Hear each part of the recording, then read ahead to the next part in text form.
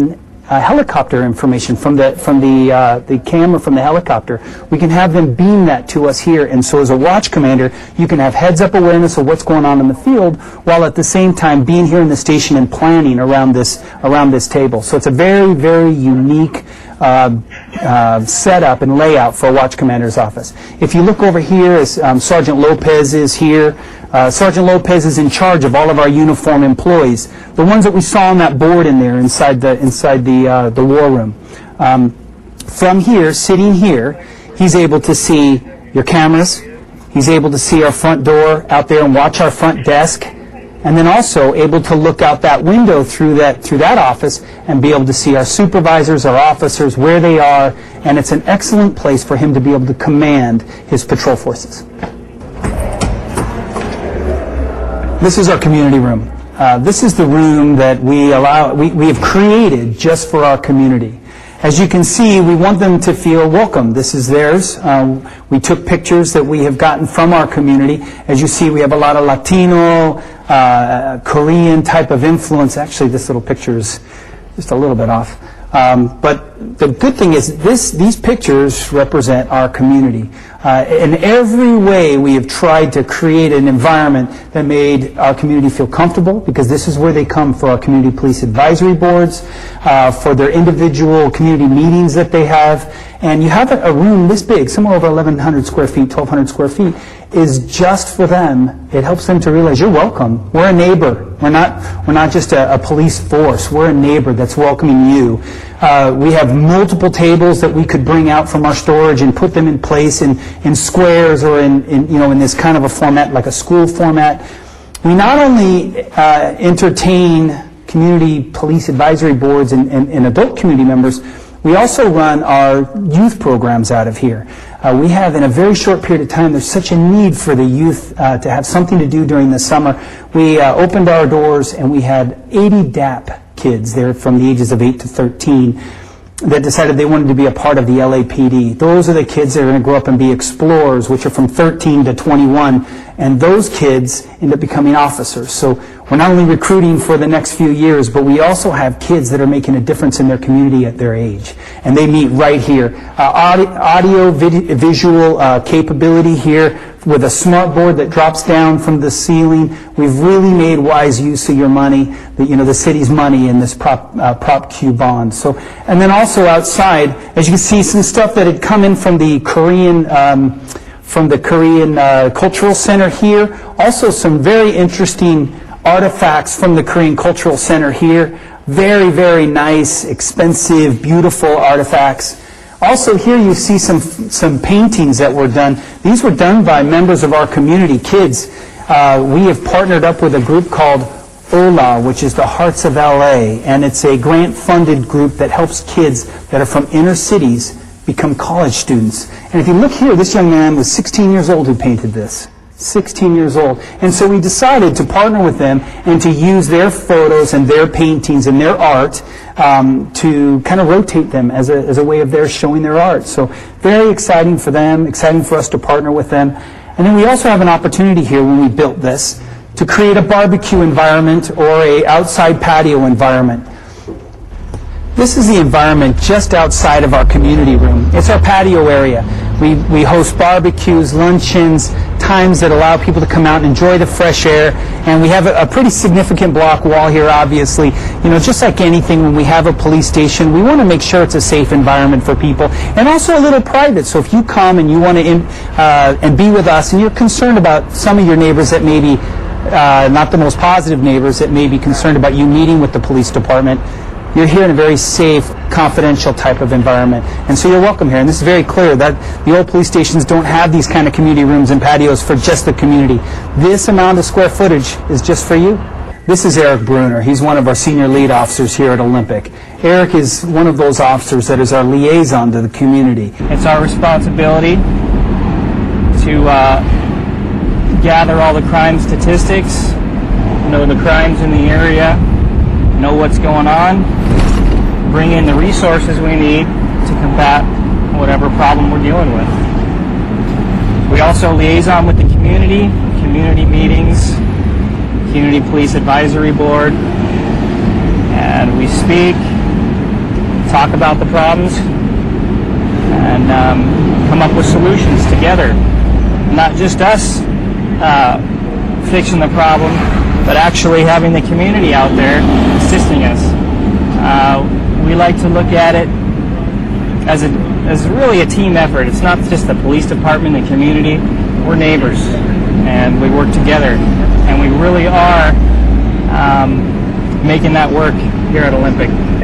Just heard a radio transmission of a single-man car, which is an L unit, going code 6. That's going somewhere on a traffic stop. And because he's a single-man unit, we'd like to roll by and make sure that he's okay. He didn't put out a help or anything, but whenever we hear that L car go on a traffic stop, we like to go by and make sure everything's okay with that. See, the officer put up his hands like a 4. That means a code 4, which means they're okay. Everything's good here. We really reach out here at Olympic Station. We have a very large community police advisory board, which meets once a month. We discuss the problems, the quality of life problems, if it be illegal vendors, drunks hanging out, trash, refuse, whatever it may be. We let the community bring the problem to us, and depending on what the problem is, again, we bring in the proper resources to combat that problem. 20 Sam Lincoln 25, show me code 6 on New Hampshire between 3rd and 4th, please. We have a real issue with the illegal vendors here, and it's a big struggle between the community. It's kind of half and half. Some say, it's okay, they're just trying to make a living. The other half, they don't want the illegal vendors here.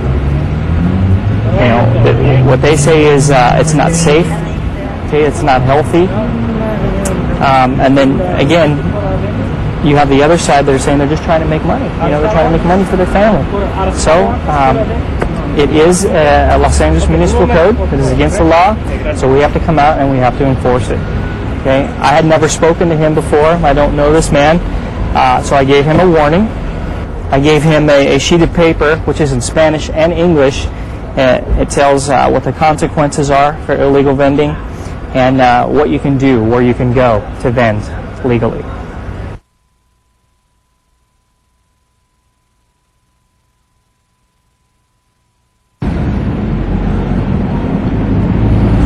This lady right here to my left, she's actually cooking, waving the flies off with the towel.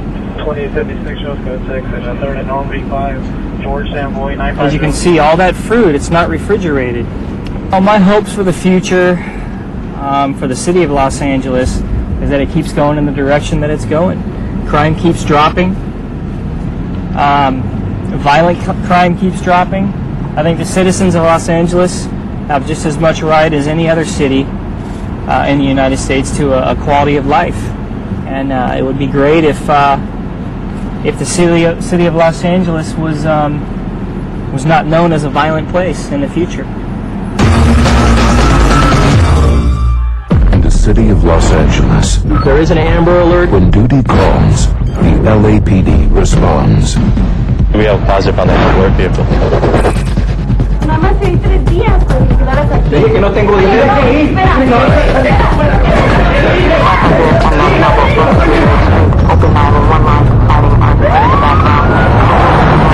To protect and to serve. ¿Estás lastimado? No. ¿Cuántas personas hay aquí? Mi hermana está en el baño y mi esposo no está ahí. Hola, hermano, arriba, por favor. Párese. Okay, tell me what happened. Así se le dice, lleva aquí un mes, no está pagando renta, te parece que chocó contra la pared. Can you hit me? Do you want to make a report? No. ¿Qué usted quiere que nosotros hagamos? Que lo saque afuera, que se vaya. Your brother-in-law doesn't want you staying there anymore. You all right? Yeah. Okay. Gracias, ¿Está bien? Standing with our community. When we first got there, I didn't know what the heck we did. 653, I'm in trouble. Male and female arguing inside of a green vehicle stopped on the 6th Street Bridge. One code 3. Leave us alone! Driver's got a gun. 16, 253, requesting backup. 415 now on go. We're on the 6th Street Bridge facing westbound. Hello. right, show me around. For the officers of the LAPD, it's all in a day's work. Working as a team, they take pride in what they do. We're waiting for your arrival. Not coming out of the car! Okay, listen, we've got time to work this out. Shut up! Let's just talk right now. It has nothing to do with you, man! I know you're upset. I want you to talk right now. 911 emergency? That's the little girl. The little girl that's missing? Yes. 6th Street of Brooks. What are you saying, sir? Hello? Hello? Hello? The color's GOA. Get away from the car! Shoot her! I'm gonna kill her, man! Listen to me. Why don't you just let her go? Bill's coming out. Hey, John, lower the gun, buddy.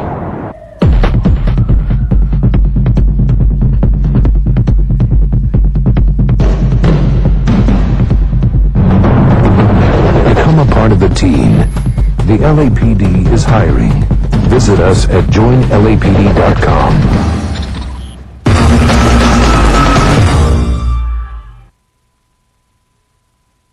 The fear within the minority communities in Los Angeles is significant. We have had some studies that have been done more recently since Chief Bratton has been here, and you'll see that the quality of life and or the trust within this organization among minority communities is an all-time high. We talk about, for example, in Korea, since we have a large Korean community. It's interesting that in Korea, on the peninsula, they have a national police.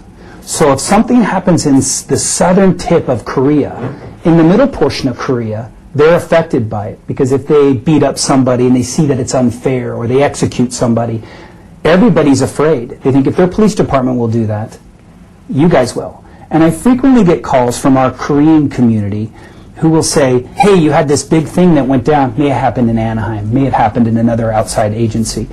Are you guys going to do that to us? There's that fear, and I thought that was very odd. And so now knowing that, we quickly, when we hear about these outside agency events, we quickly get out and we make sure we communicate with our community. We have an outstanding relationship with our Asian community. We meet with them in our community police advisory boards. We have them in booster groups. We're connected with the Korean Federation, connected with the Korean American Coalition. So we have some very, very good ties, not to mention our senior lead officers touch them all the time. Our Latino community is a little bit more difficult, to be frank. I have started a Latino forum to try to bring them in. In the Latino community, whether it's in Central America or Mexico, clearly there are different rules for police departments that they are there than we do have here. So there is a fear there. There's also a fear of getting deported. They believe, there are people who believe that the LAPD is out looking for those who are undocumented, and we're going to deport you. And that is not the case. If you're a victim and you call the police, you should feel very comfortable. We have a small item. It's technology called Blue Check. It's a small little item that I ask you for your name, you tell me, then I stick your finger here, and it tells me who you are by your fingerprint. So we do that so we can write you a ticket. Because if you're committing a crime, we check to see who you are. If you don't have ID, if you have ID, we just write you the ticket, right? If you don't have ID, I'm supposed to arrest you. But instead of arresting you, I can check who you are, write you the ticket, and we're done. Well, in the Latino community, that word got out, and there was fear that all we were doing was checking their immigration status, and we were going to take them and deport them. We created a little card. This came from our forum. They were telling us about this. So we created a card that every single time our officers stop one of those members of the community, they blue check them and they hand them the card in both English and Spanish and Korean. This is why we're doing this. It helps alleviate their concerns. So there you have it. The work that's being done by the men and the women at the Olympic Station, well, it's the true definition of community policing. I'm Mary Grady. Thanks for watching, and I'll see you again next time on the next edition of Inside the LAPD.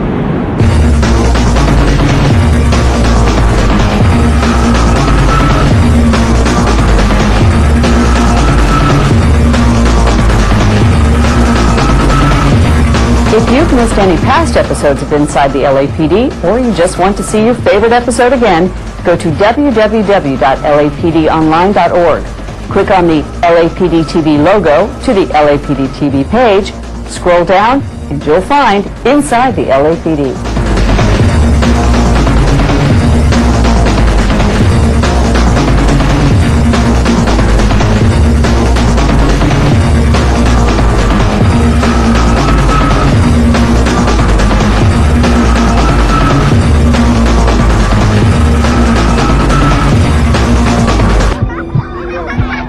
Hola, tengo 8 años y en solo 15 segundos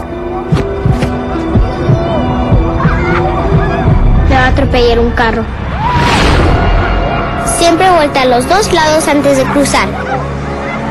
Maneja con cuidado donde hay niños presentes. La seguridad en las carreteras es responsabilidad de todos. Atención en las carreteras. Shiny and whimsical, Mylar balloons can really perk up a party. They look innocent, but can be dangerous. The law requires that helium-filled metallic balloons be sold with weights. This silvery coating is a conductor. The balloons can float into power lines where they can arc, shorting transformers, knocking lines down, causing power outages, or spark a power surge that can destroy home electronics.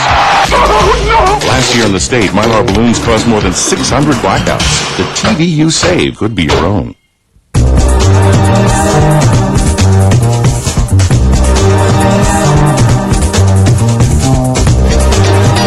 LA City View Channel 35. Your city, your channel.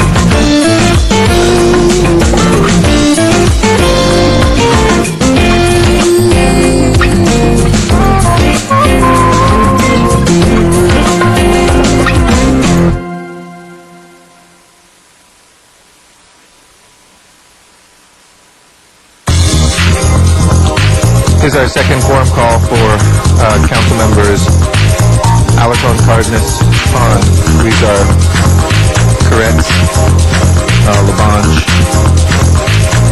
Reyes, and Rosendahl. We'll be down here right away. Please come down. We'll begin shortly. We're going to go live on TV in just about a minute and announce these.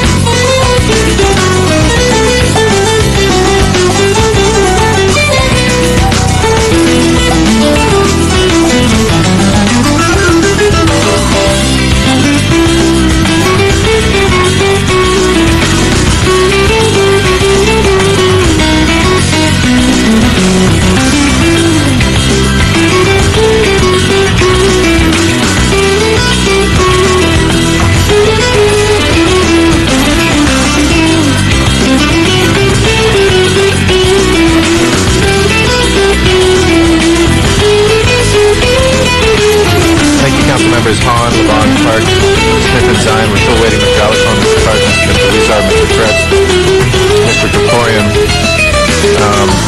Mr. Reyes, and Mr. Rosendahl. Please make your way down as soon as possible.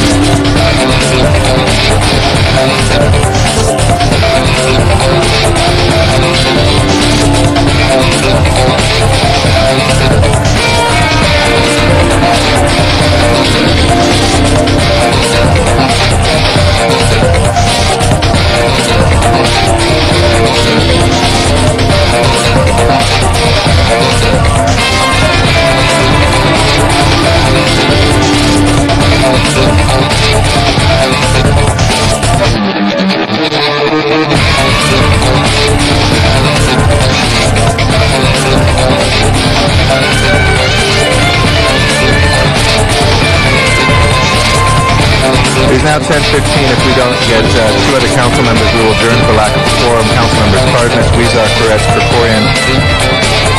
Thank you, Mr. Krikorian. Council members Cardenas, Weezar, Perez, and Rosendahl are late, 15 minutes now. This is our final quorum call. The Sergeant Garland will assist us, but we have a minute or two to get quorum, and if not, we'll cancel it.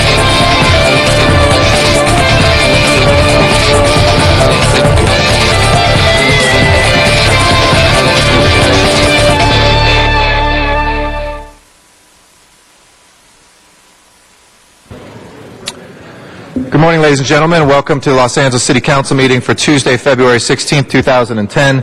We are currently awaiting a quorum. Those council members that are here I'd like to announce, and those that are not I'd like to also point out. Council members Alarcon, Hahn, Krikorian, Labange, Parks, Reyes, Smith, and Zine are here. That constitutes 9 members, but we are awaiting a 10th, and the following members are 15 minutes late. Councilmember Cardenas, Councilmember Weezar, Councilmember Koretz, and Councilmember Rosendahl. Ms. Perry is excused to arrive late and Mr. Wesson is excused for the entire meeting. If we don't have a quorum in the next minute or so, we will have to adjourn for lack of a quorum for those late council members. Sergeants at Arms are assisting us. We know there's one committee hearing upstairs, but we need those members right away. 15 minutes of our time, multiply it out by everybody that's here. We have hours that have already been wasted of the public's time. So if we do not get a quorum, our apologies to the folks that are here, but we will adjourn for lack of a quorum. Council members Cardenas, Huizar, Koretz, and Rosendahl. If we can have a report in the next few seconds from the Sergeants at Arms, please.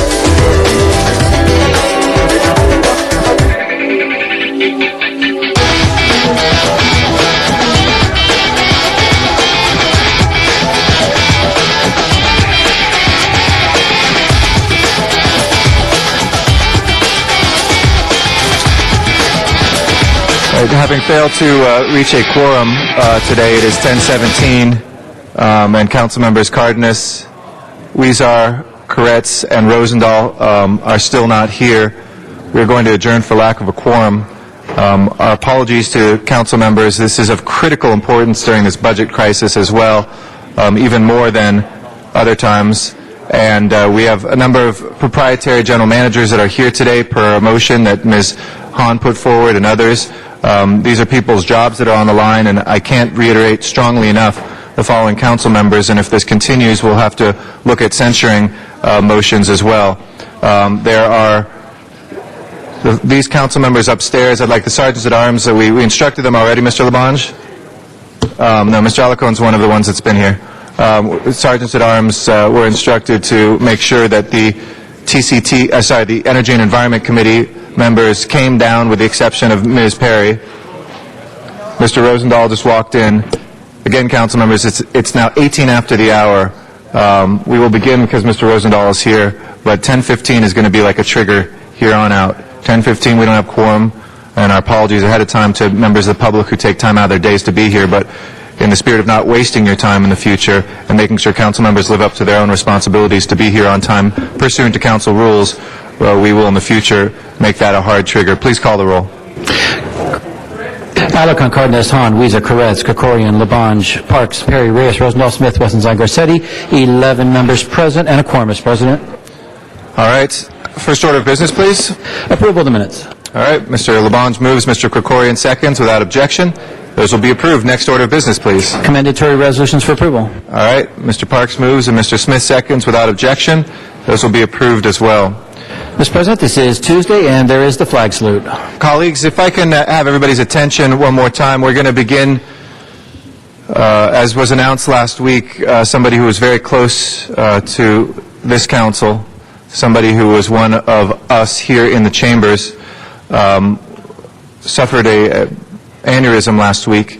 The Chief of Staff to Council District 10, Councilmember Herb Wesson, Sharmet Bampua, while she fought very heroically through a number of surgeries, we learned over the weekend that she passed away at the age of just 44 years old.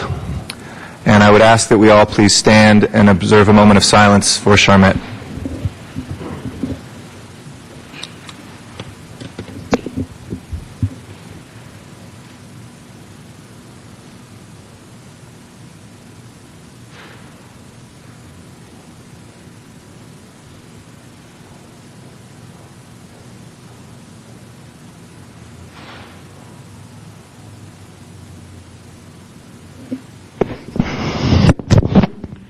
Thank you, ladies and gentlemen. We will, of course, Councilmember Wesson, I believe, is expected back tomorrow, but we're not sure.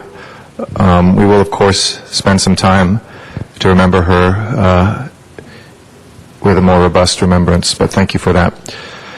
If we can please stay standing, it's now time for our Pledge of Allegiance. Mr. Smith, if you'd be kind enough to lead us in a salute to the flag, and if I could ask everybody in council chambers to please rise for our Pledge of Allegiance. Everyone, please rise. There's still some seated. Phyllis, you place your hand on your heart and pledge your allegiance with me. I pledge allegiance to the flag of the United States of America and to the republic for which it stands, one nation, under God, indivisible, with liberty and justice for all. Thank you very much, Mr. Smith. If colleagues, if you'll indulge me one last time, because I think some of you were walking in when we had this. 10:15 is going to be a hard trigger. We do obviously always name names of who's late, but council rules say you should be here in your seats at the beginning of the council meeting. That is a 10 o'clock time. 10 o'clock time. We didn't get a quorum till 10:18 today.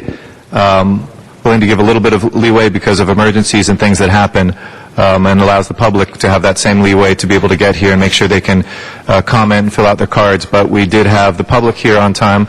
We did not have council members here on time, and 10:15 will be a hard and fast cancellation time moving forward. I can't reiterate how important it is. We know we have committee hearings, but in those times, you need to take responsibility as committee chair to send the rest of your committee members downstairs after the 10 o'clock hour. We were waiting 4 council members who were not excused for quite some time. So, Mr. Coyne, did you want to say something? Yes, please.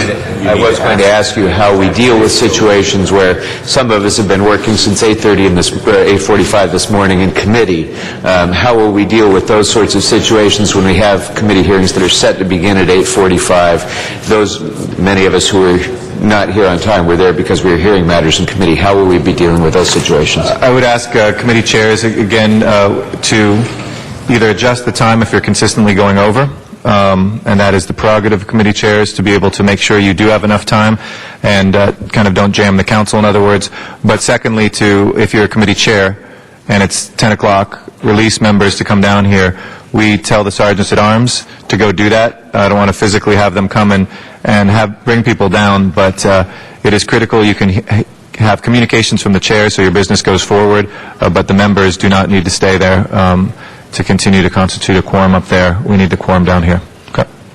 All right. If we can please go to first order of business.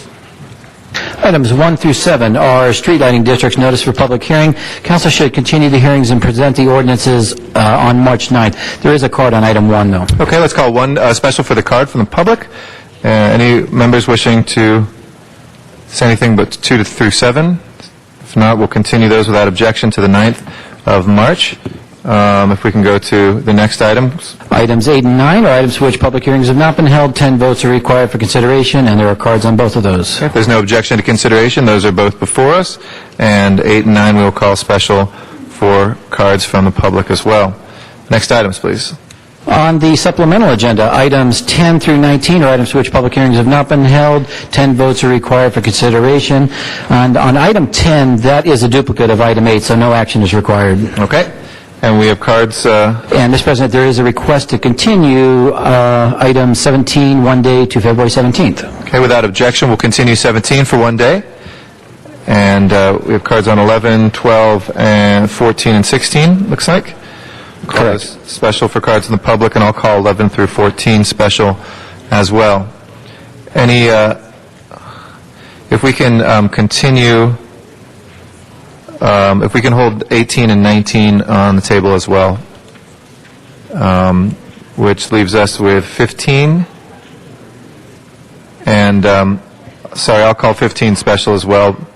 The CLA has asked us to combine that with an earlier motion as well. Mr. Cardenas? Yes, sir. Item 18 was called special. Who called item 18 special? I asked that this be held on the table. I did. The President did? Garcetti? Yes. Thank you. Both 18 and 19. If we can go to the first item called, we'll go to general public comment. And our first speaker is Donna Pearman in Van Nuys. Yes, thank you. And if you don't meet a quorum, I think you should put them on leave without, those council members on leave without pay. Then they'll be on here on time.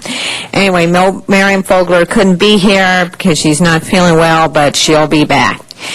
Anyway, Miriam helped me with these words.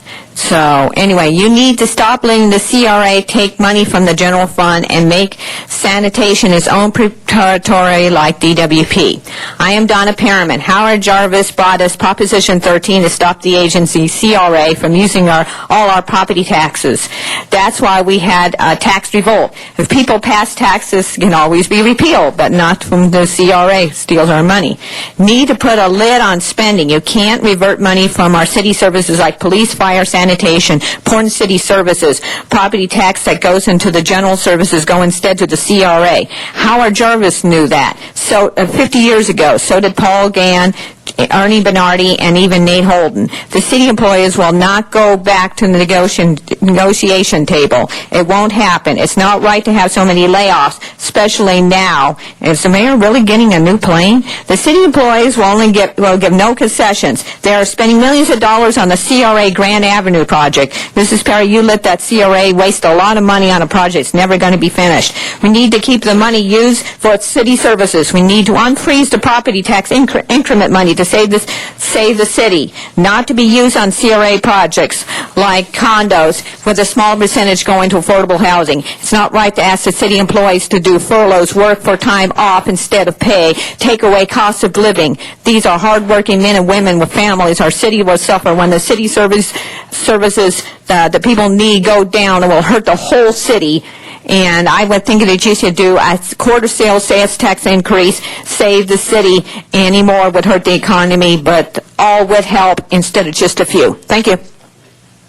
Thank you. Our next speaker is John Walsh here in council chambers, and then Dr. Clyde Williams will follow Mr. Walsh. Good morning. Morning, everyone. John Walsh, blogging at Hollywood Highlands, HIGHLANDS.org.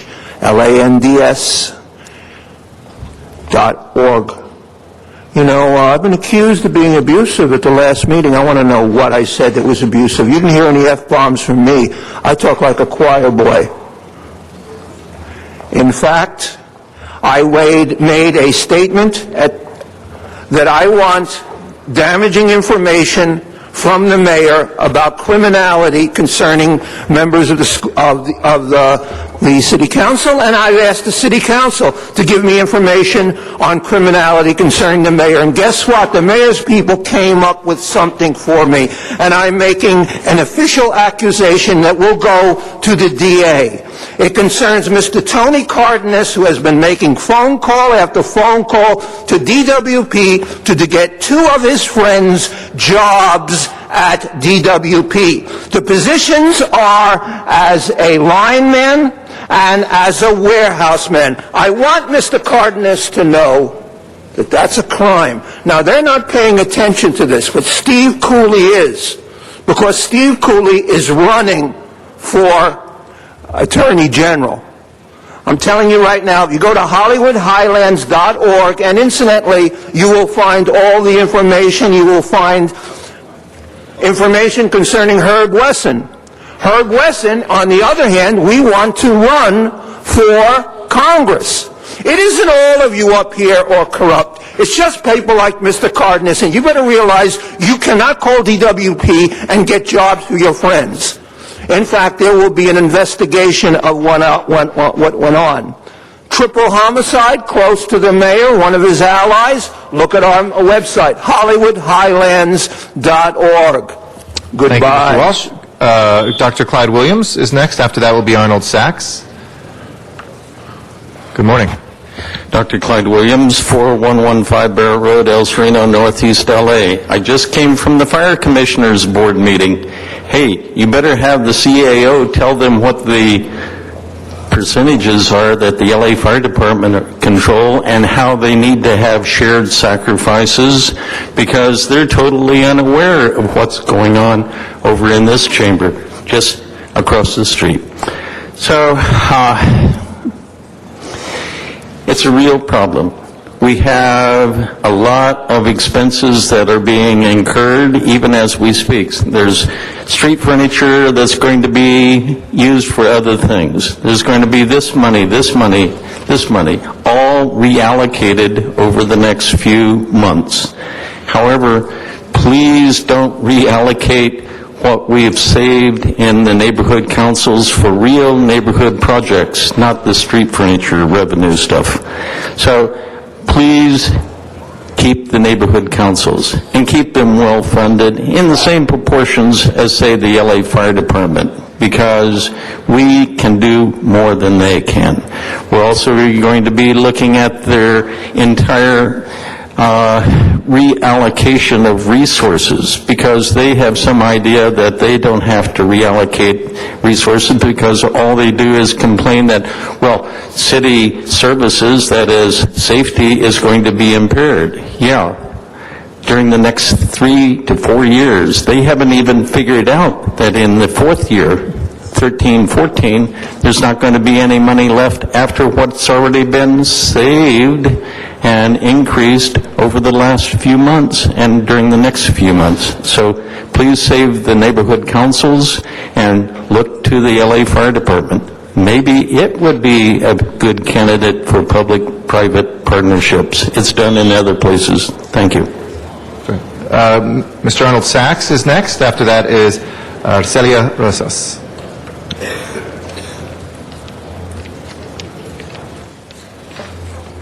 Good morning. Thank you. Arnold Sachs. Thank you for gracing us with your appearance today, Mr. President. It seems that you and the mayor met at confusion, according to this story in the Daily Breeze, a soap opera. Confusion. You mean it's not confusing enough here in City Council, City Hall in LA? You have to go to another night spot? That's the kind of place you can't tell the inmates from the asylum. But let's talk about reality.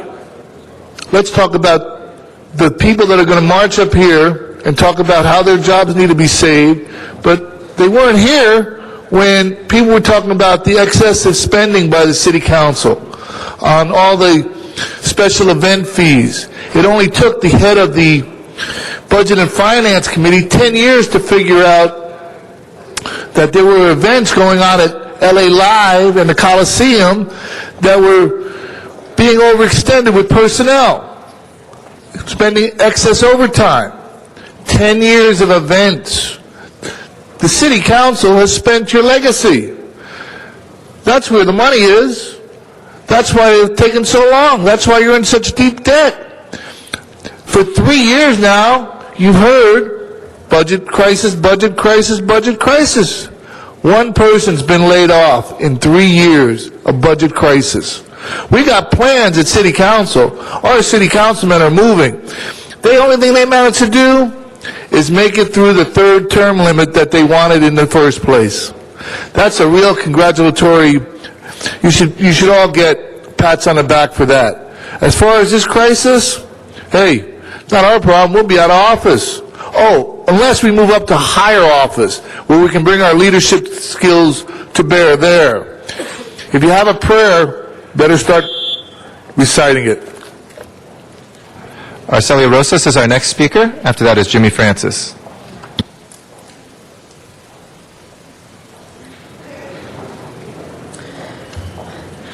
Good morning. My name is Arcelia Rosas, and I'm a park ranger with the City of LA.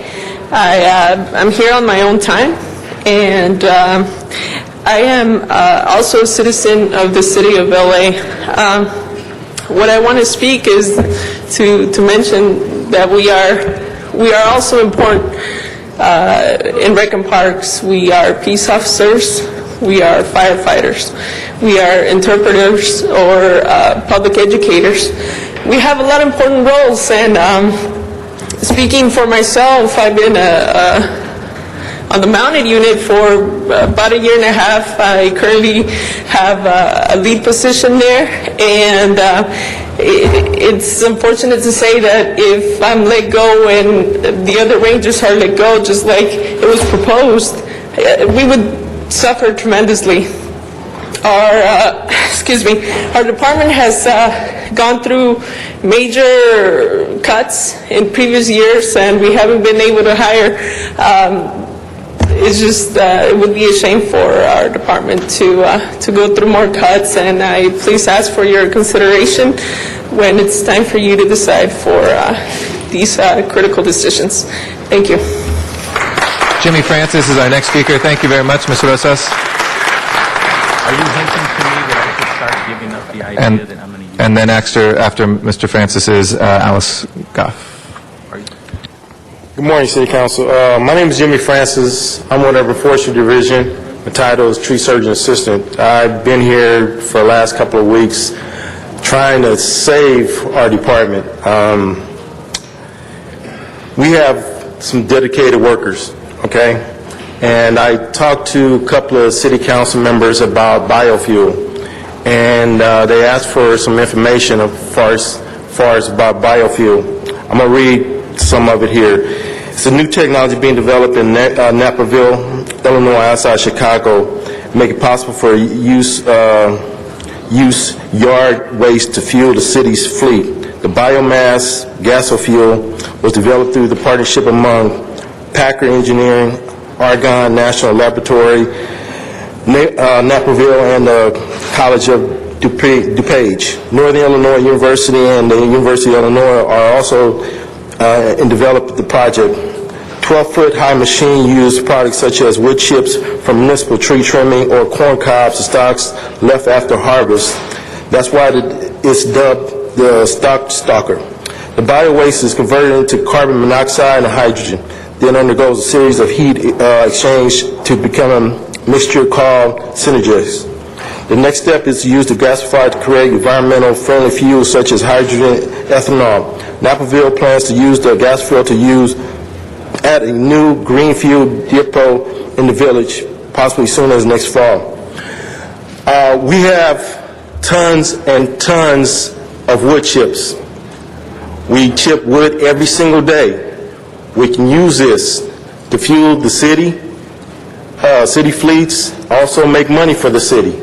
Our department is very, very important. My particular title is going to be totally eliminated. 26 people. Thank you. I have copies. Mr. Francis, if you want to finish your sentence, go ahead. Go. Okay. Thank you.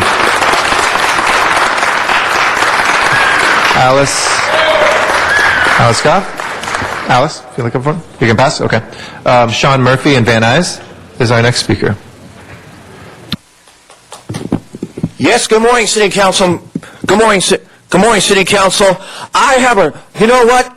I will tell you this right now. A lot of people are not very happy the way this city is going. It's going in the wrong direction. People are not happy with these layoffs. A lot of people are going to be moving out of L.A. due to the layoffs. I'm telling you, people won't stay here. I predict people will be moving out. You'll see. It's only a prediction, City Council. L.A. will probably be a ghost town to wait. Some people will not put up with these damn layoffs. Damn layoffs. I mean, the layoffs are hurting people. I hope the mayor does I hope the mayor does more to stop the closure of the layoffs. People don't like it. DMV's, everything's closed. DMV's closed. People don't like that. People have to make an appointment to go to the DMV office. The whole thing is unacceptable. Unacceptable. You know what? I'm really upset with this. People are going to say, Ala Vista, Los Angeles. Sorry. Candido Maris is our last speaker here in council chambers. You, sir? Mr. Maris.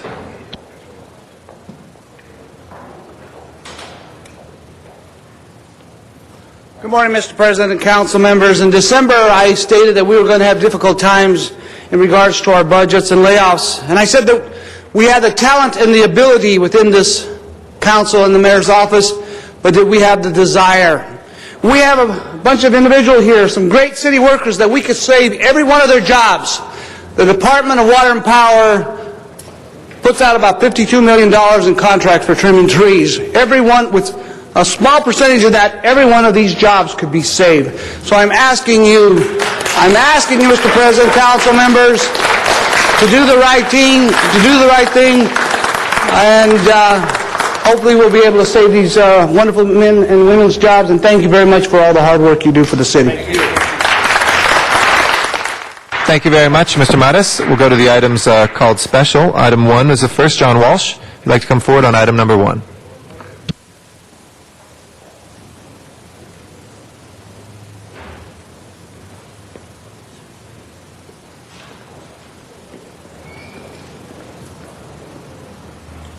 I don't need a full minute to say what a good job the city has done in the past on lighting. Come to Hollywood, see, we saved the original fixtures. We're one of the few communities that saved the original fixtures. There are some neighborhoods like Highland Park which need much more lighting than they have. But we certainly support Ardmore and San Marino Lighting District. And if you want more information about our support, go to HollywoodHighlands.org. You will get the information there, and you will see the snuff film that we put up there.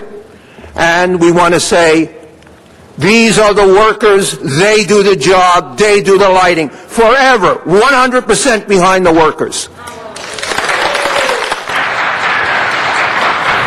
Thank you, Mr. Walsh, for your comments on the proposed improvement and maintenance of the Ardmore Avenue and San Marino Street Lighting District. With that, we'll continue that till March 9th as well without objection. If we can go to item 12 next, and like to ask the general managers who are here to come on forward.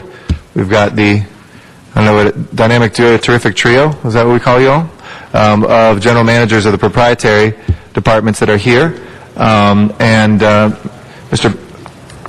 Parks, I don't know if you want to frame this, and I know Ms. Hahn also wanted to say some stuff on this, but the idea here, folks, is we're looking at our proprietary departments when we're looking at transfers to save people to stay as employees, but wanted to get an idea of exactly how many those are. And Mr. Parks, maybe you can go into a little greater detail. Hey, Mr. President.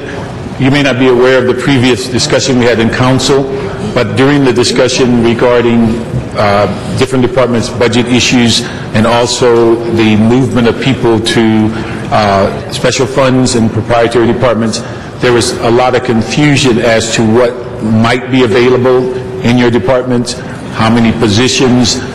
There was discussion as to whether these positions had been widely publicized, and so we just wanted to bring you here so that we weren't dealing with speculation, we weren't dealing with false numbers, that you can give us somewhat of the overview of your current budget situation. What is it that you can and can't absorb? What are the positions that may be available? And then what is the status currently of your ability to accept positions that you've already done and what may be on the horizon? So we'd like to get that kind of overview to clear the air as it relates to what proprietaries can actually do from moving city general fund positions into proprietary departments. So we can start off with DWP on the here. Yes. In the last week, we have hired 41 people that are on the For the record? Sure. I'm Dave Freeman. I'm the interim general manager of the Department of Water and Power. In the last week, we have hired 41 people from the general fund, and they're on the payroll, our payroll this morning. There are about 30 others that we're considering, and hopefully we'll be able to find places for them right away. We've looked at the next 12 months, and we have identified 117 openings, but it's possible as the year progresses and our financial situation improves that we may be able to increase that number. But as of the moment, we reported to the mayor's office that for the next 12 months we can absorb 117 people. In addition, and that's in addition to the 41 that we have hired this week and the 30 that we may be able to hire in the next few days. Yes. Good morning, council members. My name is Geraldine Natz, and I'm the Executive Director of the Harbor Department. Last week, we posted 35 vacancies. Because we made budget cuts as we were requested last year, actually 8 of those vacancies were actually funded. We knew we had to keep 27 vacant in order to make our budget number, but nevertheless, 35 were posted. We had 20 of those positions already filled, so 20 people started today. 9 of them were harbor-only positions, like port pilot, kinds of folks you wouldn't find in city service. We had 4 where we had no applications, and we have 1 where we are still waiting to hear back from the candidate, and 1 person who has not responded. So that was 35 positions. We also have identified our hiring plan over the next 12 months, and we're looking at 77 positions over the next 12 months, and that would bring our total to 112. Good morning. I'm Sheena Marie Lindsay, Executive Director of LA World Airports. And we have 51 positions that have been posted. 25 job offers have been accepted. 2 people declined 1 job. We had 10 jobs that are not, we've not received applications for, but they are posted, and we have 7 offers pending.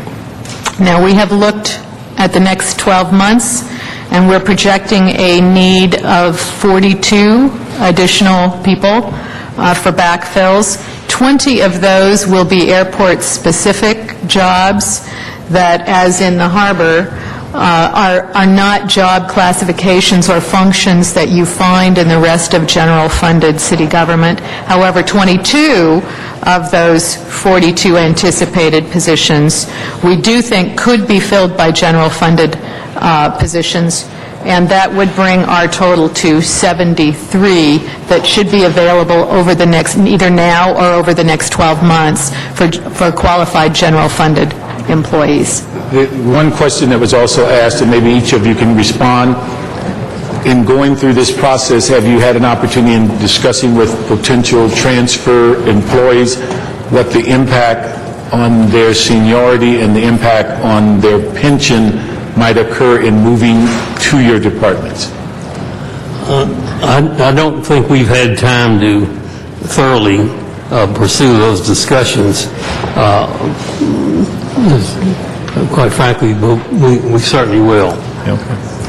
Yeah, I would answer the same way. I'm not sure that there is an impact on seniority during the transfer. I really can't answer that question. I assume there's no impact on their pension either. They're essentially moving over in the same classification. Same from the airport perspective. I understand that the issues with DWP with the retirement system probably are more problematic. Sure. But with the transfers over to the airport, it should be the same retirement system, so there shouldn't be any impact. I think the issue is clear that the DWP has a different pension system, but there was discussion from Personnel Department that the seniority schedule dealt with time, not only in grade, but within department, and that as you move to other departments, are you the low person on the seniority poll, that if you hit a financial crisis, are they then in a position for layoffs at some point in the future? Well, Councilman Parks, the Department of Water and Power over the last 4 years has absorbed 1,400 people from the general fund. So I think that transition is one that we're kind of accustomed to. The council should know that pursuant to an obscure 1984 agreement, the money in your pension system does not come with the employee, so that when we take over an employee from the general fund, they come into our pension system, but the money that's been contributed for that employee stays with your pension system. I just thought that was worth mentioning. council member, at a meeting of the general managers, there was an explanation about how the seniority could change when someone shifts to another department. I assume, since these were voluntary transfers, that the candidates were aware of that and took that into account and maybe felt that they were bettering their overall standing in terms of layoffs by moving over. And I don't know the answer to your question, but I think we have an expert who does. So, Ms. Lyons, why don't you give us the comments you made at the prior meeting? There are two types of layoff seniority. One is layoff seniority, which is your time in a job class in a city department and all higher classes. No, I'm sorry, your time in that class throughout the city and higher classes. So if I'm a senior management analyst and I have worked in 3 different city departments, all of my time would count in my new department, in my department where the layoff is occurring. So if there's a layoff in the personnel department, I'm a senior management analyst, I've worked in 3 other departments, and I have a total of 6 years as a senior management analyst in the city, that would all count. However, if someone displaces me in the personnel department, and I have worked in 3 different city departments, only my time in the class in the personnel department would count toward that computation. So in instances where someone moves into a new department, people who are already in that department in that class could be disadvantaged because the person could bring more seniority with them into that new department. And for the person who actually moves, the person could be disadvantaged if there's a displacement type of layoff. Thank you very much. The next speaker is Mr. Alarcon, and then Ms. Hahn, and then Mr. Rosendahl. You know, we're placing a heavy burden on the department to take on responsibility for so many employees who are otherwise going to be faced with potential layoffs. And so I recognize how difficult it is. How many, now I understand there were like 300 vacancies before the early retirement program. And then there were 200 ERIPs out of the department. To me, that adds up to like 500. And so I'm thinking a lot of those people could be absorbed from city workforce. And your numbers don't reflect that. So what happened? How many employees did you hire that weren't? How many positions did you have that were eligible for city workforce transfer, but you didn't hire a city employee?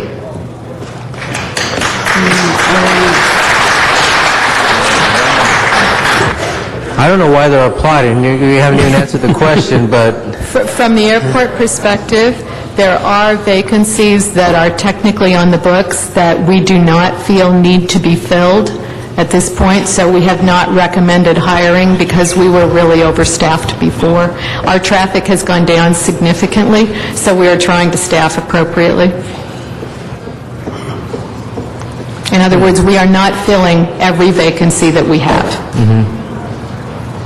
how about, so how many vacancies do you have that you're not filling? You know, I would have to get back to you. How many positions should we delete is what I'm asking. I would have to get back to you on that. And we will certainly have several positions in the next budgeting cycle that we are suggesting be deleted from the budget because they're no longer needed. Okay, Mr. Freeman?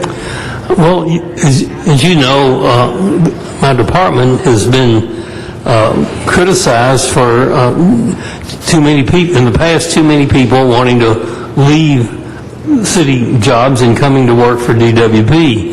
I mean, that's just a fact. We have absorbed 1,400,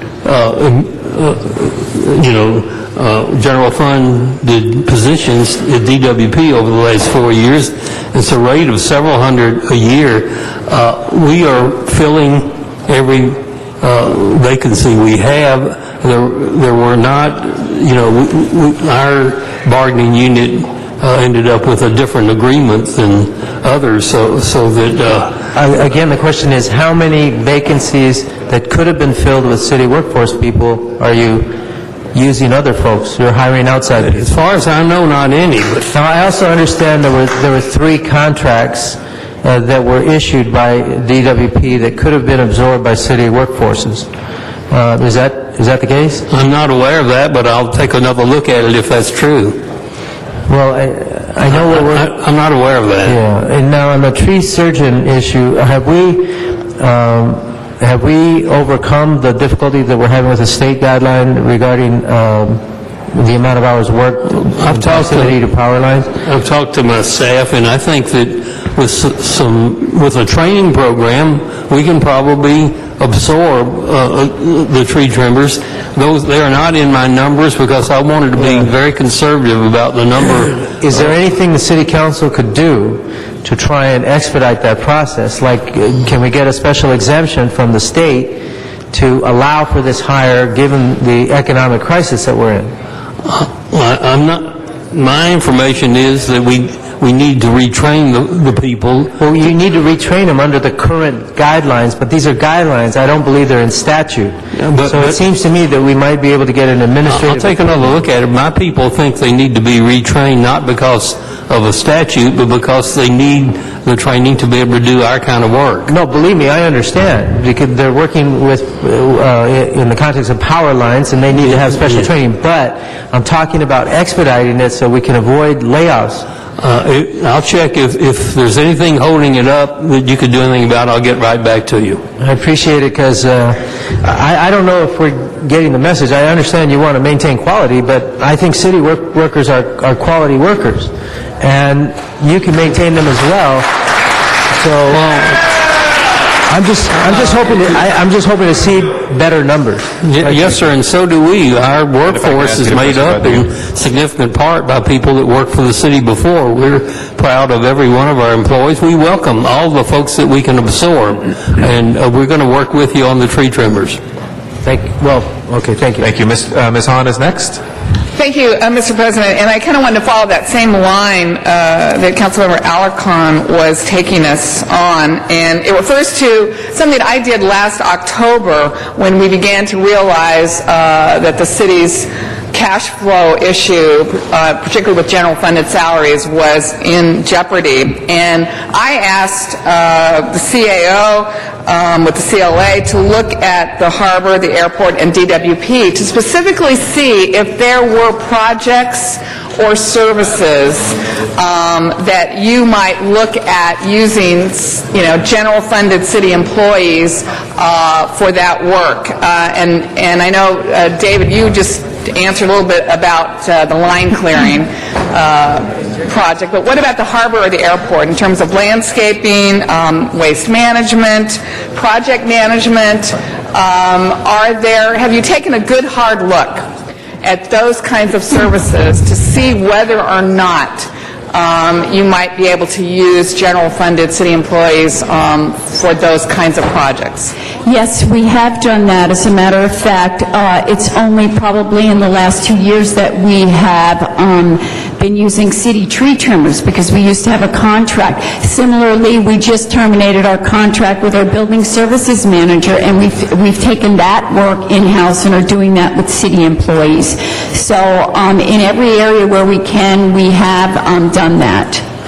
Have you taken them from the general fund, or they're just already your harbor department employees? Well, I mean, we have had a considerable increase in the number of construction and maintenance employees. Just in the last year or so, I think we've probably added, probably 100 people to that staff. So that staff has grown significantly due to our picking up more of this work, and also the fact that we're opening up more parks and things, and we have more area to take care of. Let me go back to, before I let you answer, let me go back to what you said about there was 35 vacancies at the harbor, but you felt because you were asked to cut, you feel like only 20 of those are still funded? No, actually, there were really only 8 funded, so we were not intending to fill the 27 that were unfunded, because we, like the airports, we've got to cut revenue, we were trying to really cut back. Nevertheless, we put all 35 up on the website last week, of which 20 people started today. Okay, so you have 35 vacancies that you're looking to... Well, now it's down to 15. I think there's some, I said some of them are harbor-specific Right, positions. right. One, we're still waiting on hearing back, from a candidate, but it's still those same 35 are still out there. Okay. And then 20 are filled already. Okay, and Tina Marie, did you want to talk about special projects? Yes, Councilwoman Hahn, to your first question, we do, every time we look at contracting something out, we do a review as to whether it can be accomplished by city employees, and we will do that with double vigilance going forward. I think and as Richard said, we're putting a big burden on you, but I think you know what the problem is here. We do not want to lay off city employees if at all possible, and we know, that is our goal. And we're in a fiscal crisis, so we want you to look even more than double vision. We want you to really scrub your departments. Look for opportunities that you can save a family, that you can save somebody's mortgage, that you can save somebody from being thrown out into the streets at the worst possible. I think that's what we're asking you. Look hard, again, if you can absorb some of these employees. That's what we're asking you. We're part of the city family, and I'll tell you, we do not want to lay people off. We're looking for you to help us. It's an emergency. It's a crisis. We want to say, go back one more time today and really look at how you can absorb some of these general funded positions. We think you can do it. We want you to try harder. Thank you. We'll do that. Thank you. Mr. Rosendahl. Thank you, Mr. President. Good morning. Just to recap, I love to do recaps. David, how many folks have you been able to take in over there? Well, we've basically hired 41 people this week. We have 30 more we think we can hire. For the coming year, I have a projection of 117, but we're going to do better than that because I'm going to do what the council is suggesting. I'm going to go back and look at every blooming contract we've got and find out whether we can cancel the contract and hire city workers for it so that we've got our work cut out. And there are a lot of contracts at DWP that I need to look at again. Yeah, and that's really exciting to hear you say that because you know where things go. The one thing we heard earlier on was we were going to get rid of 100 folks who trim trees, and then of course we heard that you contract out to trim trees. Is that possible that city workers might not necessarily be doing a DWP direct function, but maybe could be contracted to some of the other functions? Well, I don't know why we can't just fire the contractors and hire the city workers.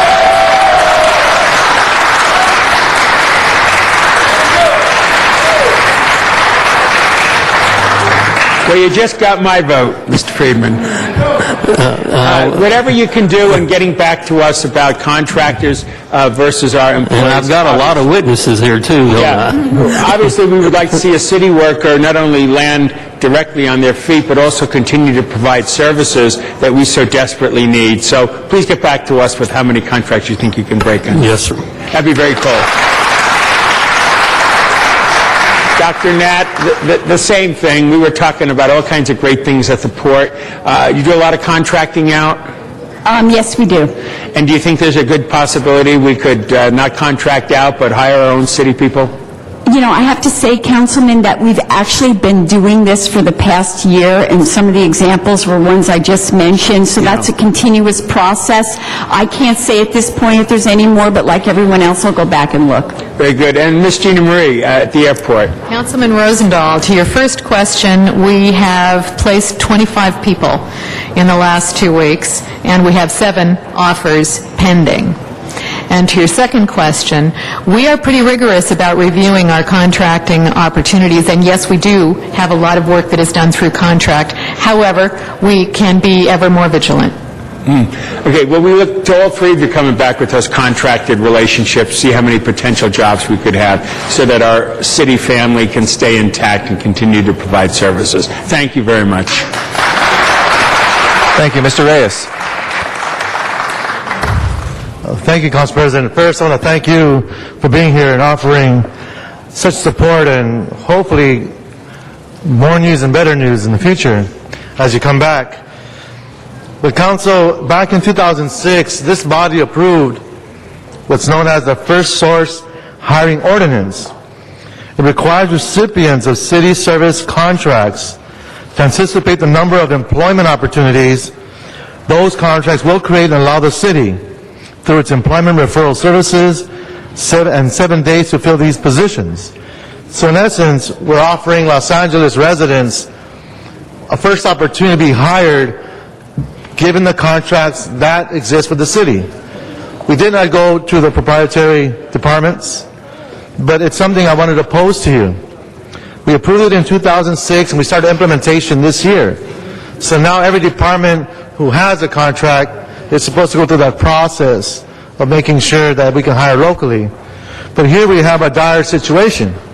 Here we have city employees who are being identified and being asked to go away, and we're telling them you do not need to go away. You can come back through these contracts, through the first source hiring program.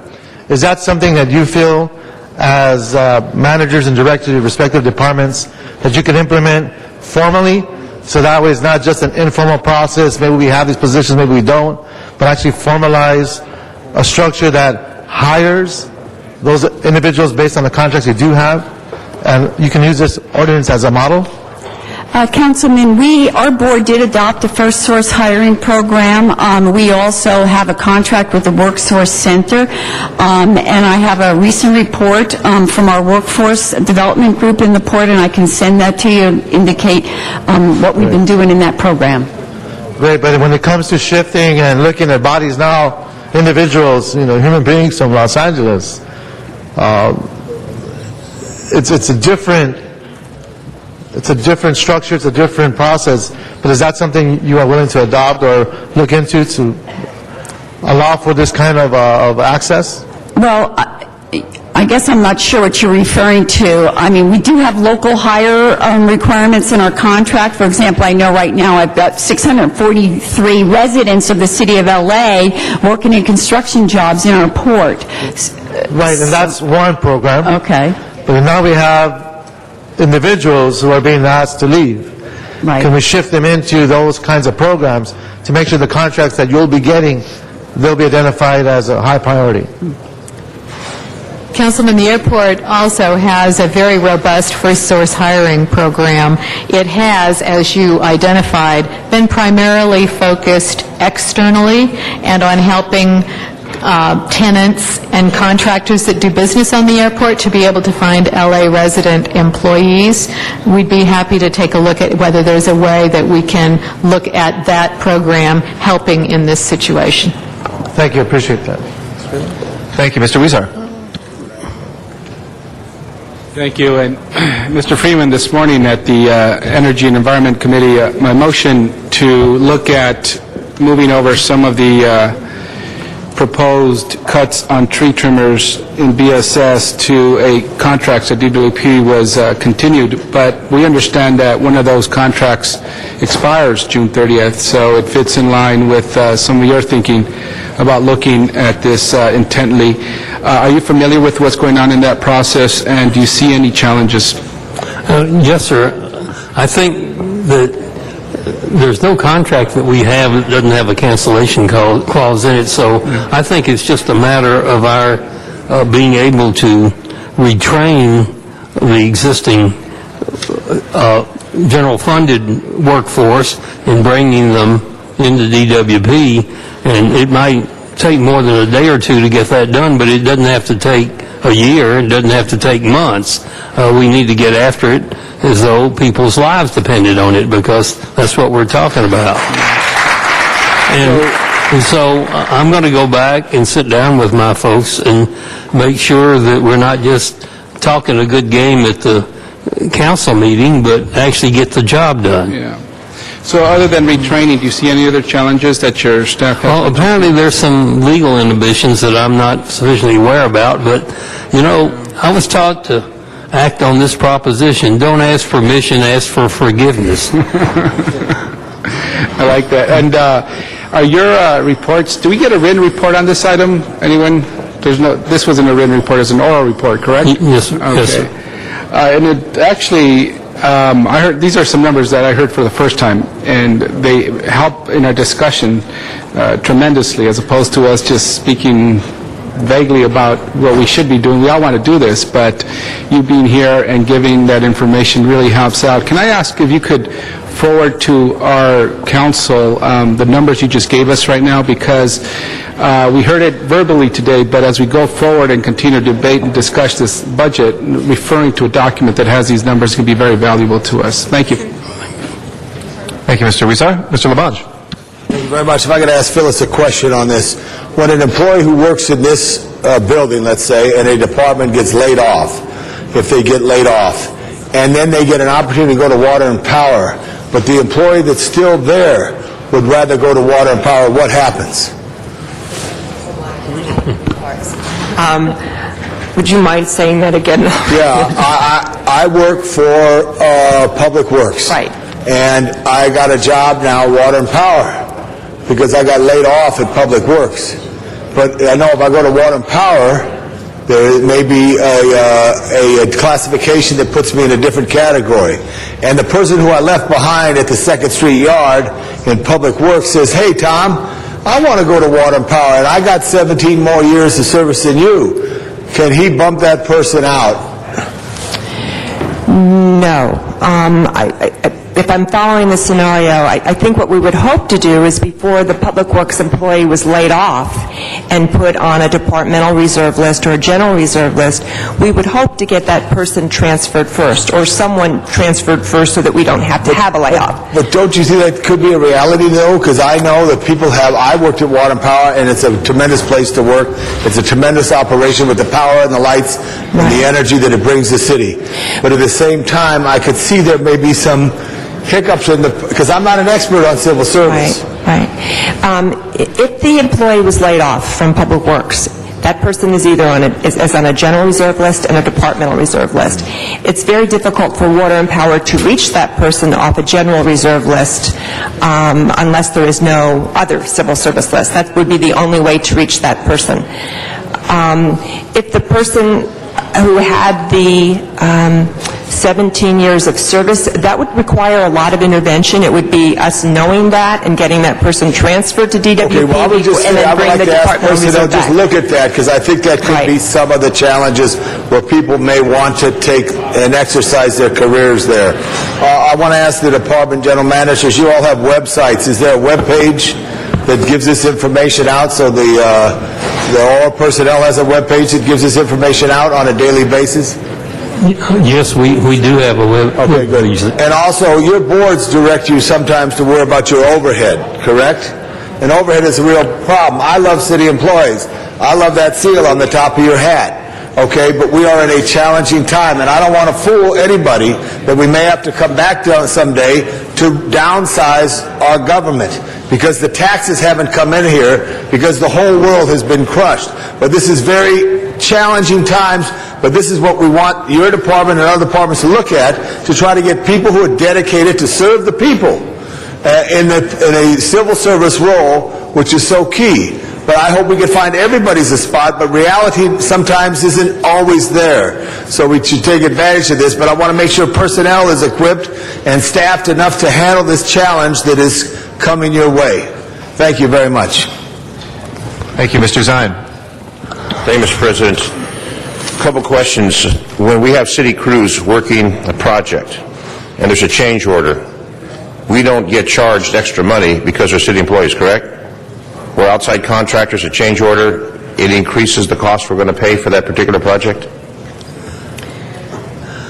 If we were using city employees to actually do some of the construction work, I can only speak from the airport standpoint, then we would pay the additional time that's necessary for the city employees, which is typically what you would do with an outside contractor as well. If it takes additional time or if they have a workaround, then we pay that additional time.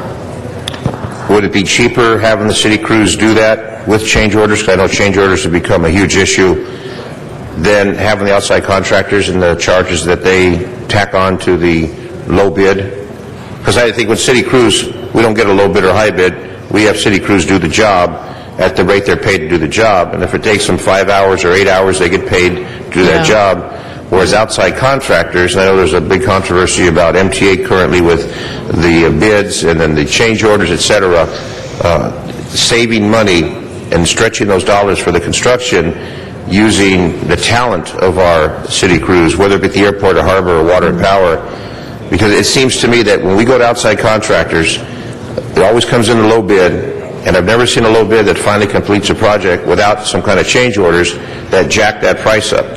Well, I don't see that happening with city crews, no matter what they're doing, whether it's trimming trees or building airports or putting ships at sea or putting the water through the pipes. So, I mean, I look at that aspect. If we have an emergency, if we have situation take place, our city crews are there, whereas a contractor, well, it's a holiday, I'm on a day off, it's a Sunday, we're not going to be working. So I look at the benefit of a city crew, where those folks work for the people of Los Angeles, get paid for as a salary, and do the job. So I favor the city crews, whatever projects we have. I know we're doing a Baytree expansion at the airport. The other question I have is people who don't accept the job offer. You mentioned that some folks didn't respond. Correct. We don't chase these people down, I hope. If they don't respond, say la vie, we get somebody else. Let me be clear, they responded, but they did not accept the job because they thought they were going to be transferred elsewhere in the city, and one of the applicants wanted to be sure they got a PM3 bonus, and we were not in a position to promise that. So I think in this day and age, when it comes to a job opportunity, you get that job, you thankfully get that job, and whatever comes along the lines after that. Because we got folks here in Chambers who are worried about losing their jobs. I'm sure they take any job that we could provide for them. We need to look at that. And if someone's not willing to accept that, then maybe they need to go work someplace else, because we have obviously hundreds of people who want to work for the city. Geraldine, any comments on that? Yeah, I was going to say, Councilman, when we have city workers working on a construction job, like I have one right now, a big security project in our lobby being done by city workforce, I pay them anyhow. You know, it would cost more if I decided to put overtime into it, but you know, if it takes longer, I don't see it costing me more, other than it may push off other projects that I have them moving to. So, because I pay the salary of the employees anyhow. So costs would go up if I decided to say, okay, work overtime to keep this on schedule, But other than overtime, it'd be their regular salary. it would be their regular salary. I want to agree with the councilman on both points. In my own personal experience, the contractors are trying to squeeze as much money out of us as they can. So they're coming in with change order requests, and unless we're really on the ball, they're going to sucker us every once in a while. The city workers are only going to get paid for doing the work, and that's a fundamental difference there. That's what I look at. The city workers are there at a salary. They're doing that job as a salary. And I've seen so many bids that come in low bid, which we are obligated to take, and in change order after change order after change order, and those bids just start out low. But I think what happens is contractors sometimes build in the opportunity to get change orders, which obviously costs us more money in the ultimate project. And that's why oftentimes we're over the budget, not on time, when it comes to our city projects. Speaking of over, Mr. Zahn? Within that. You're a minute Over and on time. That's all I have. Thank you, Thank you. Mr. Alarcon.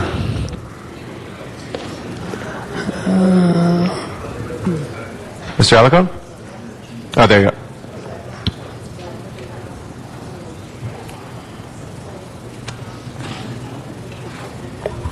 Actually, I wanted to just go back to the point that Mr. Parks was making with regard to the difficulty of transferring city employees with the retirement system and all that.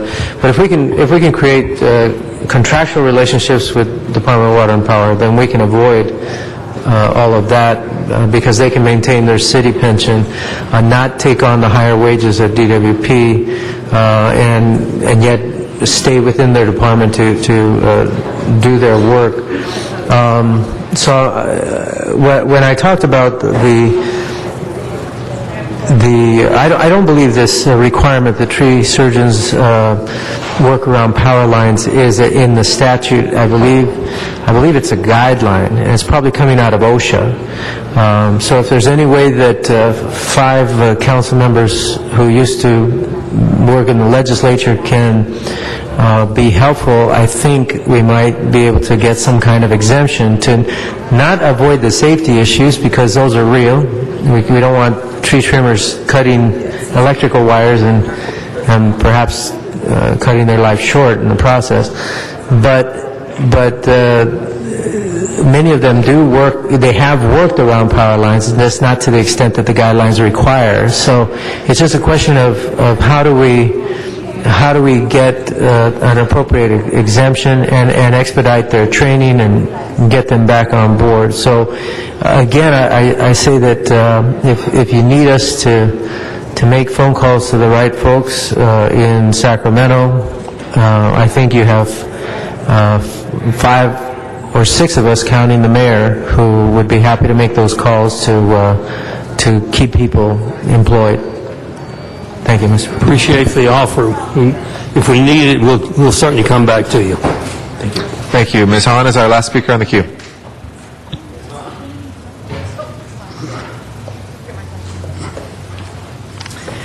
Thank you. I want to follow up, Gina Marie, on what you said about out of the first 40-some jobs, 10 got no applicants. No applicants. And I was wondering if somebody here from personnel could, because, that was part of what our direction was, to make sure that we were doing outreach. And these are non-airport specific? Correct. Like what? I was just looking to see if I had that Match.com right now on Channel 35. I can tell you what mine were. Okay. While she's looking, I had no application for roofers. Okay. And there were 2 of those positions, no application for senior heavy-duty equipment mechanic. Okay. I see some of those out in the audience right now. Yeah. And no applications for boat captain 1, which does not appear to be a harbor spot. Okay. How about you? I don't have the breakdown, but I will get it to you.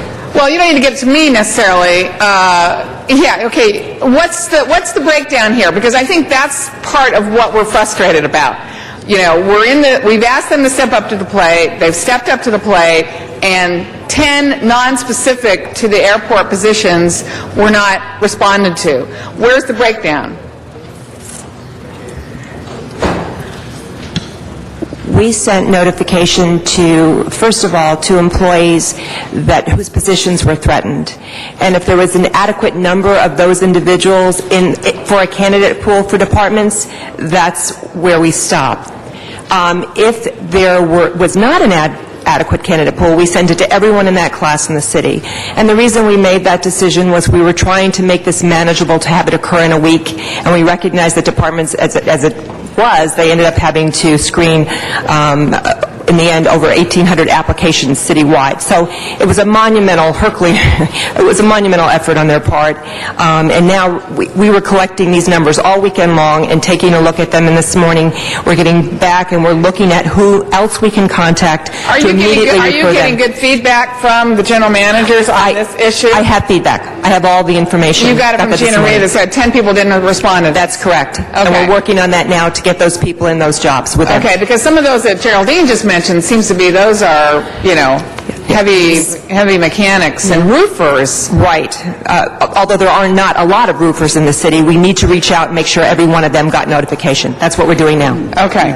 And let me just follow up on early retirement for the 3 of you. How many early retirements in your particular departments are you expecting to have happen with regular retirements? And have you counted those positions in what you've been talking about this morning? We expect at the airport, we have retired to date 71, and we expect through the end of the year to have another 135. Retired. And yes, those vacancies have been considered in the numbers that I offered this morning. So you think you will have total how many vacancies? We think we will have total over the next year 93 jobs that are available. 20 of those are airport-specific jobs that we would not expect to find in the general funded employee base, but the remaining 73 between what is already posted and what we expect. And you said 90 because you said you're trying to cut back on staffing. Correct. We're trying to staff appropriately for what our traffic and what our traffic is today and what's happening in our business. And for me, I would look at both of you. You're both undertaking major capital improvement projects, probably the biggest in the history of Los Angeles. I mean, for the Port of Los Angeles, I just read a report that we're spending more money on capital improvements than we have in decades. So from our perspective on this side of the table, we say let's not stall the economic engines here. Sounds like you're undergoing major capital improvement projects. Can you not make sure you staff up to make sure those projects, because we know all those projects, whether it's channel deepening or terminal improvements or modernization of LAX, ultimately that's going to be good for the city. We know that's going to bring revenue into the city. We know that's going to make us more competitive as an airport and as a port. We think maybe now is the right time to appropriately staff up those projects with everything it takes to accomplish those projects. So from this side of the table, it seems to me you maybe can take another look at what is appropriate to staff. You're undertaking some major things that we have never done in a long time in the city. We think that's going to take human capital to achieve. So go back again, I know we've said this again, and look at where you might staff up, particularly to accomplish those major projects, which ultimately, the quicker they're done, the better it's going to be for the economy of Los Angeles. Councilwoman Hahn, we don't have the ERAP, but we expect 150 people to retire normally over the next year, and that would be 150 positions in addition to the 117 that I mentioned earlier. And you think some of those could be filled with general funded positions? Well, we would like to give them a preference. Thank you. Do we feel like the retirements are happening quickly enough? Are they being processed? I think what we're wanting also is let's process your retirements in these three departments, whether they're early or regular.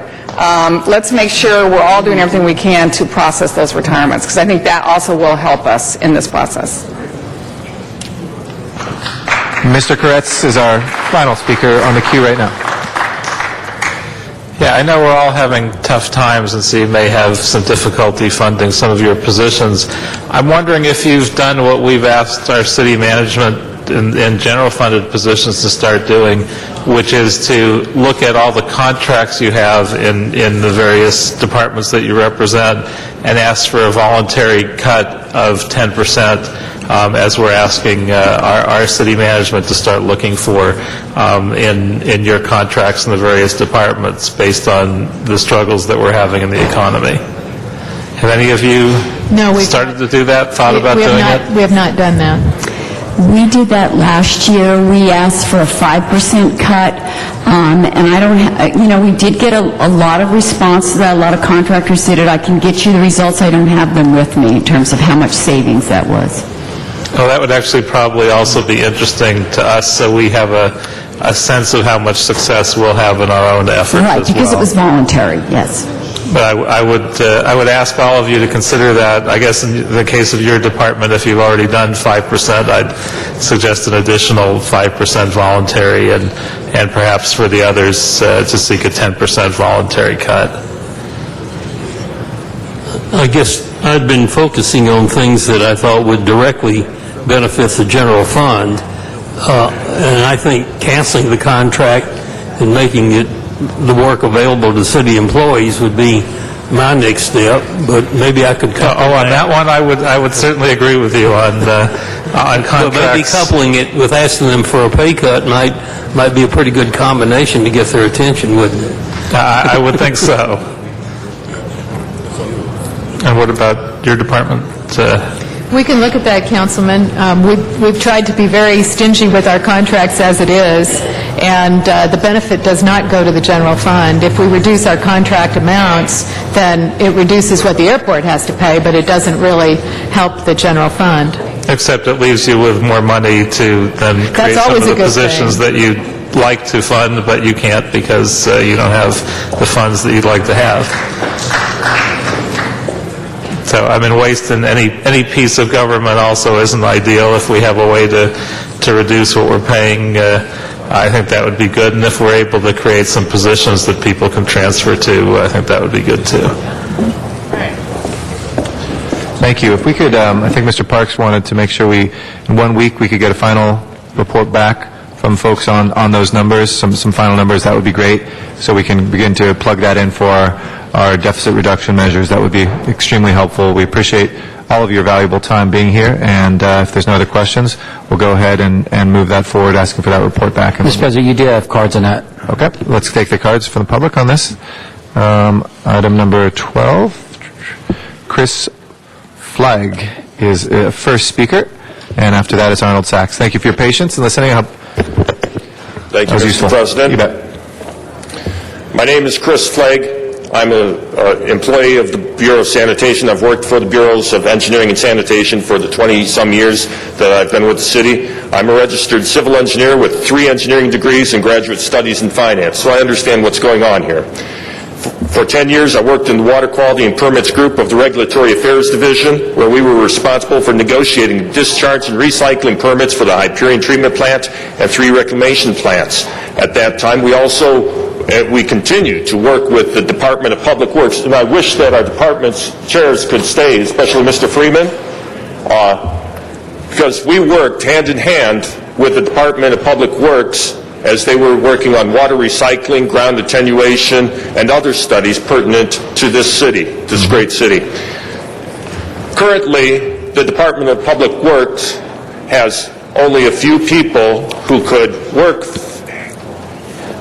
The Department of Water and Power has 3 positions. They're looking for regulatory people to work on water resource type issues, regulatory issues. We have in our Regulatory Affairs Division in the Bureau of Sanitation a handful of people with that kind of expertise, but we're labeled as environmental engineering type series rather than civil engineering series, even though people like me have a professional engineering certificate in civil engineering. Why is it we can't be more efficient in the city and enable that kind of a transfer? Why can't the mayor allow this? Why can't the Department of Water and Power allow environmental engineers with the appropriate credentials and experience, 10 years of experience, to be transferred to the Department of Water and Power in similar classification, in similar positions?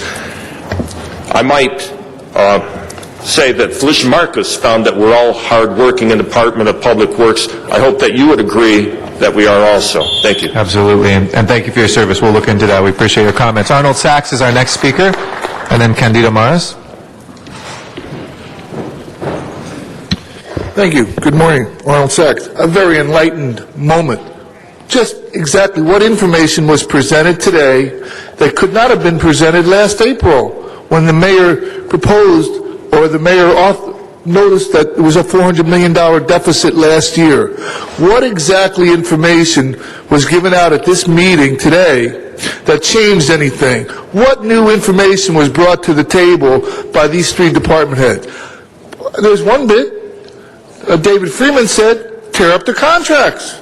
Well, there's a damn good idea. Tear up the contracts, tear up the employee contracts, and start over. Renegotiate the pensions. I hear no discussion on the pension funds that are tearing a hole in the city. There's an article in the newspaper that stated that 600 people in L.A. will be collecting pensions of $100,000 a year. $300 million the city is going to pay in pensions, and 600 people are going to control 20% of that money, $60 million. Who's addressing that from the city council? These workers are here to talk about their positions. Tomorrow it'll be new workers, and the day after that it'll be new workers. Friday it'll be the bolt tighteners for any loose screws. And then the next day there'll be the nut tighteners, so you can tighten up nuts. Every department wants their job saved, but the city council is moving like snail. What information came out today that was new to the city council that couldn't have been acted on last April when the city was spending $1 million a day more than they were taking in? You heard a CAO report that said they're spending $1.5 million a day more than they're taking in last week. So I'm imagining the money went up. What was given today that couldn't have been addressed last year? Thank you. Thank you very much. Candido Maras is our next speaker. And then John Walsh. Is Mr. Maras here? Okay, if not, John Walsh.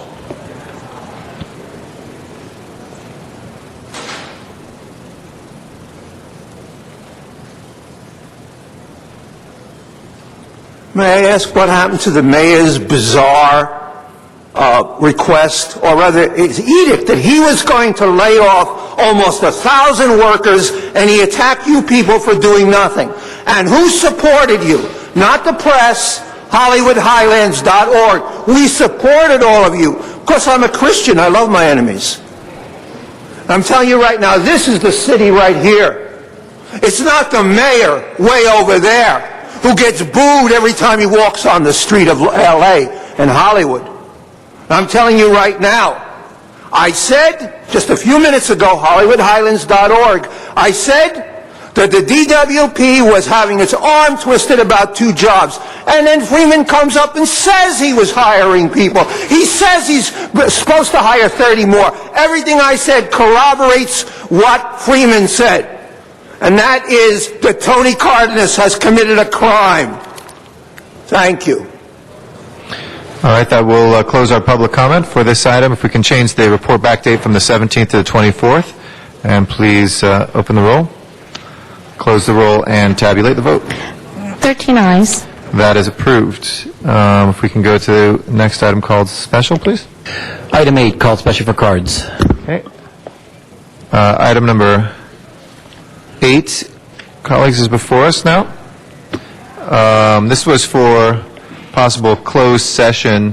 We are not going into closed session on this. We'd be happy to take the cards from the public on this, but that's just so folks know a standing item that we have should we need to go into closed session on anything that we have that before us. Mr. Flagg, if you'd like to come forward again on this item, and Mr. Walsh, and then Dr. Clyde Williams. Thank you, Mr. President. Thank you, council members, for hearing me on this item. As I said before, I've worked for the city for 20-some years. I'm very proud to do that. I've worked in the capacity, several capacities: design, construction management, applied research, budgeting, project approval, and lately regulations. I have an idea of what we need to do in this city, and I'm sure you do too. But during the past 2 years, very little has been done to implement the technology that is necessary to bring us forward, the technology that is necessary to give us a productivity improvement.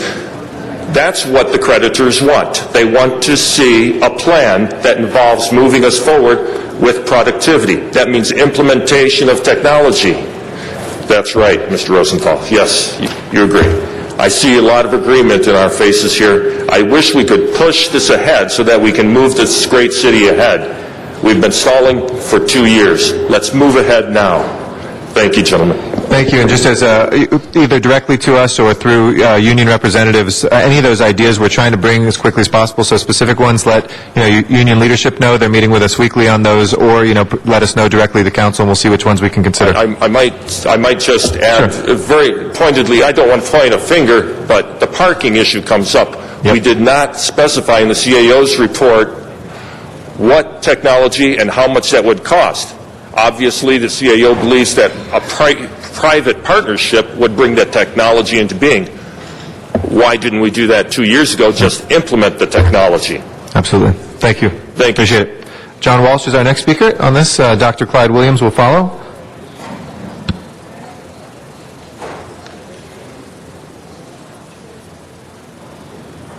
Two minutes down, 3 minutes to go. HollywoodHighlands.org. Watch the streaming video while you watch the meeting. You know, the mayor is getting away with murder.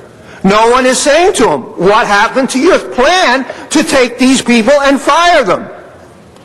The mayor has lost all his credibility. I never thought I'd say that the mayor of Los Angeles has less credibility than city council, but it has reached that point.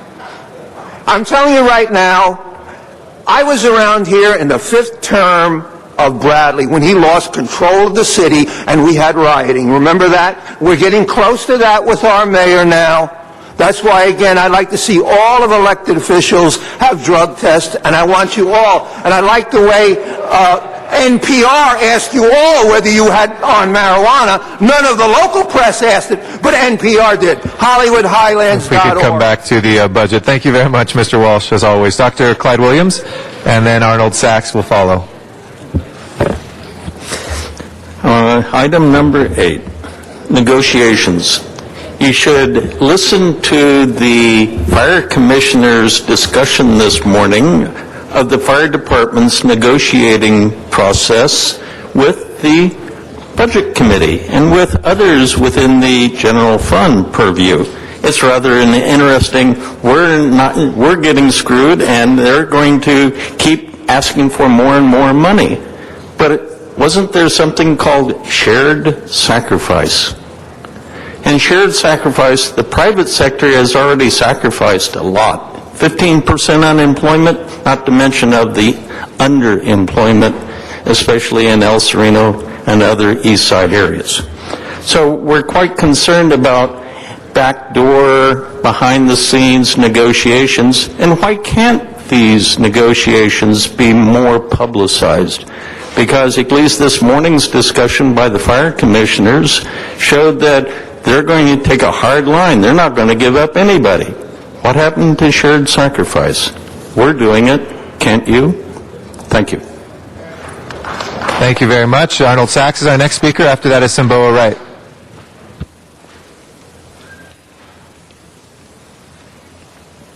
Thank you. Good morning again, Arnold Sachs. I object to the closed sessions.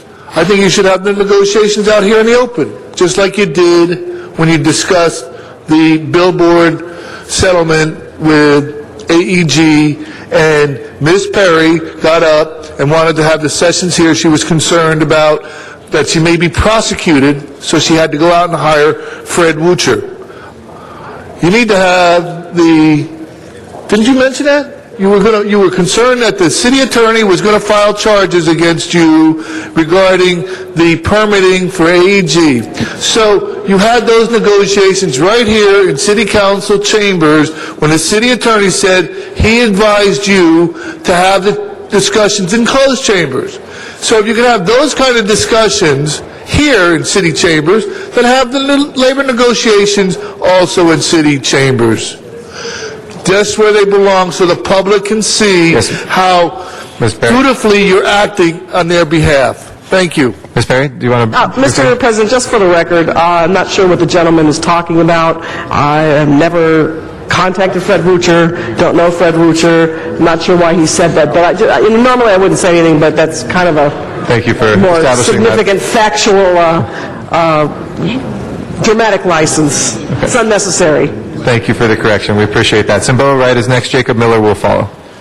Simboa Wright, city employee since 2001, sanitation, wastewater. My first job was as a youth. I worked at Cabrillo Beach Marina Aquarium, youth and environment. City employee, exempt city employee. Great. It was great for me. But my thing is, they charge there for parking. Why can't all of the city parks charge for parking? The state does it for California State Parks. The county does it, County of LA. And also about these positions at Harbor and Airport, they had a position that wasn't filled with roofer.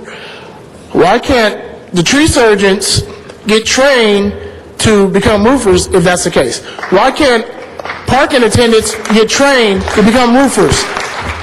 It's not that hard. Let's work together and make this happen. Thank you. Thank you. Jacob Miller is our next speaker. After Mr. Miller is Alan Peshek. Good morning. My name is Jacob Miller. I work for Department of Animal Services for the last 8 years for the City of Los Angeles. I came here to give you guys some numbers that we ran this morning. Last week we came to speak about the canvassers and what a positive effect they have on the city at large. For the calendar year 2009, including what was brought to the counters at the shelters, there was about $320,956. This comes from 6 canvassers going over the city of Los Angeles. Since they were put in, they no longer can use city vehicles. They have to use their own vehicles now. They can't take credit card transactions out in the field as well. These are just a few little things that if you were to just add on to them, they'd be able to bring in even more. With just 6 canvassers bringing in this much money, there's a revenue-generating potential for thousands more. If you compare the month-to-month figures for what is coming in from the field to the previous year, you'll see anywhere from a $2,000 to $4,000 increase. And this can get better if we start using other tools, such as lists of where the dogs are at, provided by proprietary departments like DWP, or contacting SoCal Gas. They also have lists like that. I want to take this time also just to extend my arms out to the council. Let them know that I'm always available on my cell phone. You can always give me a call. If I don't have an answer for you, I can definitely find somebody with the answer. I encourage you to go out with these canvassers. See what they do on a day-to-day basis. Because one canvasser, on average, will hit 50 homes every day. That's 50 families coming into the shelters, adopting more animals, getting their pets licensed. It has a cascading effect. If you were to let them go now, while they're in the infancy of their program, when the economy starts to improve, we are going to be missing out on a lot more money coming into the department. I encourage you all, if I can also just give out my business card to the Sergeant of Arms, have it passed around to you guys. Please give me a call, come see what we do. Very Thank you. important. We'll collect Thank those you very right much now. for your Thank you time. very much, and thank you for your service. Alan Peshek is our next speaker. And after that is Phyllis Doherty.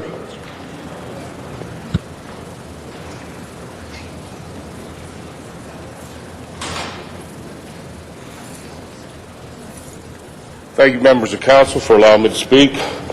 These are my brothers and sisters here that work for the city of L.A. These are the faces you see doing the job to make this city what it is. A lot of these folks may be gone. We lost $400 million in back taxes. Who's responsible for that? It's not these guys. It's not me. And you're going to put the burden on us by possibly laying us off. I want to bring to your attention, there's been 2 suicides last year of people that were laid off with construction forces. Do you want to face more when people lose their jobs and their families? This is what makes LA great. Our workers. Thank you. Thank you very much. We agree. Phyllis Doherty is our next speaker. Phyllis Doherty?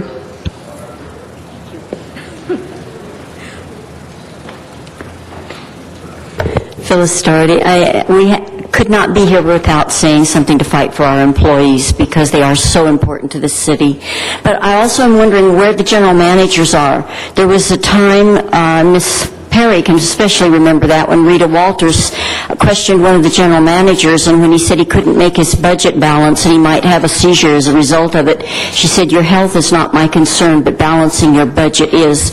Balancing a budget means taking care of your employees and making sure that their salaries are available. There are other ways in these departments to save money besides laying off these employees.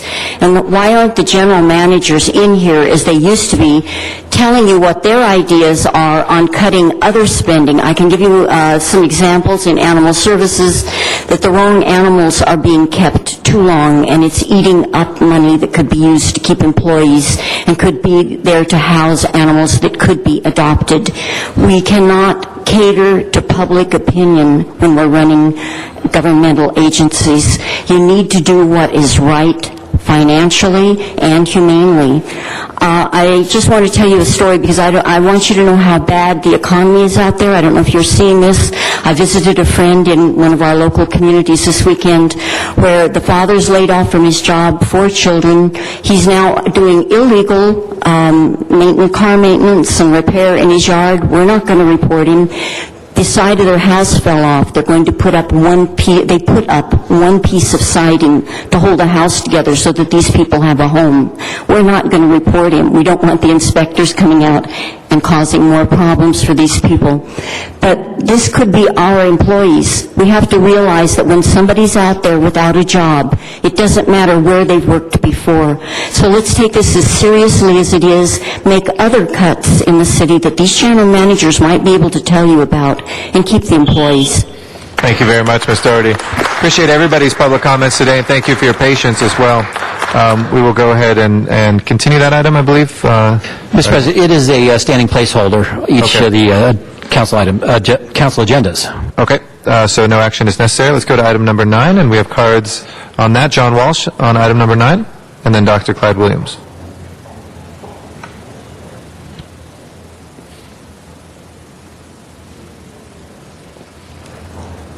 This is the only HollywoodHighlands.org. This is the only substantial item that you've done all day. You're taking $28 million out of the fire hydrant installation replacement fund and putting it into the reserve fund where it will employ, the money will employ these people. And You know, I've been in the city since 76. I visited first in 66. I don't see any problems with the Johnny pumps. Now, I was born and raised in New York City, and when I came to the city, I talked like this. And you know, Johnny pumps are fire hydrants. They're really important. And let's take that $28 million, and put it where it belongs. But I think it's important for the city council and the mayor to do a major PR, a major media event around this $28 million away from the fire hydrants and into the reserve fund. And I think you can get a dog from animal shelter, put 3 or 4 dogs around a fire hydrant down here, put the mayor in front, because he loves, and you can all point to the dog doing business, and then you can put up the sign and say, we saved $28 million. And who better to cover this event than Lou Parker, because she's very, very good at covering the mayor at other events. HollywoodHighlands.org. Dr. Clyde Williams. Dr. Williams. Dr. Williams is not in the chambers. We'll then go to Councilmember Garcetti. Thank you very much. Mr. Walsh is correct, and this is the most important thing that is on today's agenda. It probably won't get much coverage, and it probably won't leave many headlines, but today we will be moving $29.9 million into our reserve fund, colleagues. This was money that we look at each year from this fire hydrant fund, but this is critical because it's coming at a moment when our financial markets, our bondholders, our city employees want to make sure that we are strengthening the reserve fund. I know this will go through today, but I want to point that out. It's a very important thing when people are saying, oh, we're falling behind this much. This is a day which we replenish nearly $30 million into the reserve fund. Again, we know at the end of the year with the bills that are outstanding, it still keeps us, very close to not having much in the reserve fund, and that's why the actions that we're taking is so important. But this certainly puts us squarely towards a stronger reserve fund, towards a stronger system, city, fiscally, and also a way that we can look at that ongoing balance and make sure that not only we can meet our obligations, but that we can bond against that, take out the loans that we need to operate in this coming year. So I wanted to make sure that that was highlighted too by the City Council, that this $29.9 million will move forward today into the reserve fund. Thank you. Mr. Alarcon. Mr. Garcetti, so this money was not part of the budget considerations to date. It was part of, so it's not a new 29.9? So it's not new money found, no. It's not saving any jobs that were previously considered, Well, it depends what we do with our reserve fund at the end of the year, so absolutely it could, but we want to make sure, obviously, we have a robust, for saving jobs long-term, a robust reserve fund, and some of that reserve fund will be used this year, I'm sure, to save jobs, so it does. So the only thing we're doing here is something different than what we've done in the past. We're taking money out of this fund that would normally go for fire hydrant maintenance, and we're putting it into the reserve fund. I believe it was anticipated. It wasn't that it just came out of nowhere. So I wouldn't. You could ask the CAO and see. Yeah, is the CAO? I just want to get a sense of whether we're ahead of the game or whether we're where we were a month ago. I'm just saying this for the public. Huh? Yeah. No, I understand. CAO and the CLA. This money actually was programmed in the budget to part of funding the reserve. We programmed in the budget that was presented just a few weeks ago. No, this was for the original for this current year fiscal year budget was it more or less than we anticipated, or? It's about what we anticipated. Periodically, we've done that in the past, which is cheating the money from the fire hydrant fund into the general fund. So the money had been building up. Okay, thank you. Mr. Koretz. Don't go away yet, Mr. Miller. The question might have even been clarified, but let me ask it again just so I'm sure. We were anticipating if we did nothing, we'd wind up with around $30 million in our reserve at the end of the year if we did nothing remarkable to get ourselves out of this crisis.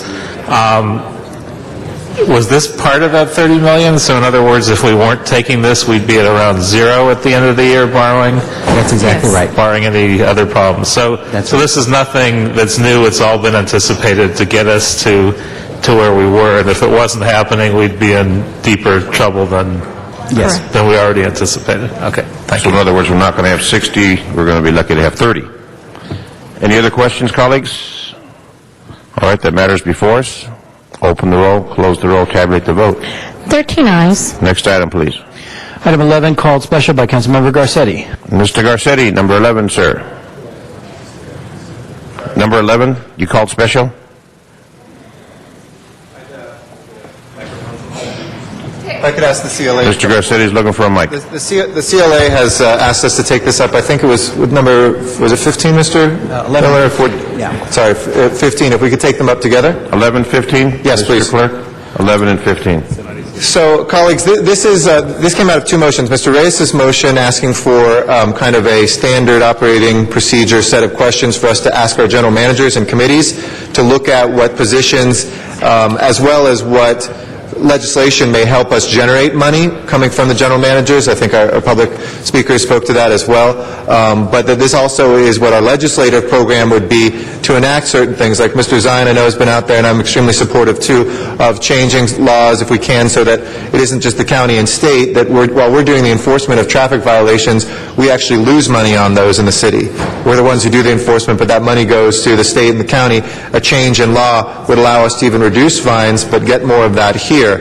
Other legislative propositions that we need in order to garner more money, to save more money, obviously some of those are going to come in direct conflict with Sacramento, but some of them won't. If there's changes to state law that then allows us to be able to find revenues, to save jobs, and to be able to provide services, that's something that we all want to do. So I would recommend putting these together, asking our general managers. Once again, Mr. Miller and I talked about this. We'd send a letter out, as we did a year ago, I think, to all general managers saying, what ideas do you have for state legislation this coming year? If there's ones that have particular impacts on the budgets, we want those ideas as soon as possible. And our 5 ex-legislators that are here from the state, with the 6th of them as the mayor and anybody else who wants to go up, we'd like to schedule a day to go up and en masse, with preparation ahead of time to see if we can find some sponsors at the state level, see what legislative ideas we can move forward. So it kind of enhances Mr. Reyes' motion even further from the CLA. But this is a time to give any further directions, but we don't necessarily have to bring all the suggestions forward today. There's been a number we did in the last week, but this was to officially instruct that to move forward, be adopted, so that we can begin that work of lobbying for those changes. Thank you. Thank you, Mr. Garcetti. Mr. Reyes. I think there's an opportunity here, colleagues, where we do have different and new personnel that are dealing with the whole notion of economic development. And I'm looking forward to working with the new individual, I believe his name is Austin, for the deputy mayor who's working in economic development in the mayor's office. Yes.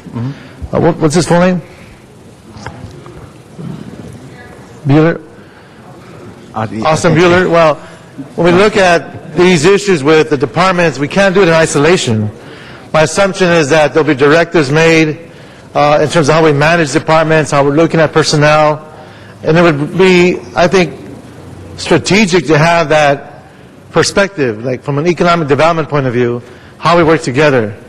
For instance, in the planning department, we talk about the different functions that exodus of experience and personnel and the different case processing functions are gone. We have a whole section of community plans that have been so far targeted for essentially elimination and or decrease. How does that fit into economic development strategy? How does that fit into our respective departments? And I just want to get from your perspective, Mr. Miller, if that's something that we do now, is that something we do later? But I just believe that hand in hand, we should be coordinated as to what the directives are from the commissioners to the departments, also the direction that's being contemplated by the personnel that's been hired, and looking at these critical issues. So economic development is supposed to equate jobs, supposed to equate revenues. So how do we start connecting those pieces and building that bridge so that we can move forward and understand these gaps? Sure. Well, I think we absolutely need to start moving forward with that now. Shortly, you'll have a report from my office and the CA. In LA this week, the mayor brings an urgent message to city council. Either cut 1,000 jobs now or wait and see more city employees lose their jobs. Are you looking for your big break? I'm Cindy San Luis. Coming up, I'll tell you about a new film festival that wants to hear from you. Star Wattage lights up city council chambers. Why Jamie Foxx, Shaka Khan, and Tavis Smiley are paying a visit to City Hall. Coming up. Sure that there isn't legislation that gets in our way of doing that. So the intent would be to try to identify those things, and it's certainly going to be an ongoing process. Eventually, we should get a perspective, though, on how Mr. Bueller looks at the city and looks at these different strategies, if you will. Is that something that's been offered to your office yet, or is that something that's yet to come in the horizon?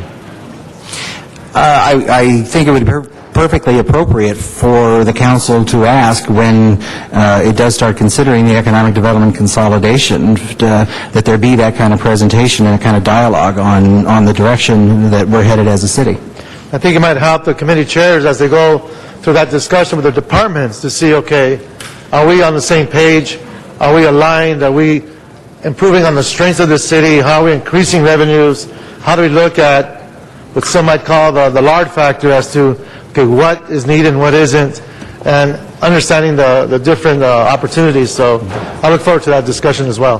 Thank you, Mr. Reyes. Mr. Cardenas. Jerry, when it comes to this responsibility, I mean, the legislature ebbs and flows. There really is no bill deadline when it comes to the state legislature of California. They could gut and amend a bill at any given moment, which means that we could be thinking that we already see or know what kind of legislation is going on, or better yet, there might be some legislation that we would like to be enacted to assist in something that the city of Los Angeles has identified as a need legislatively.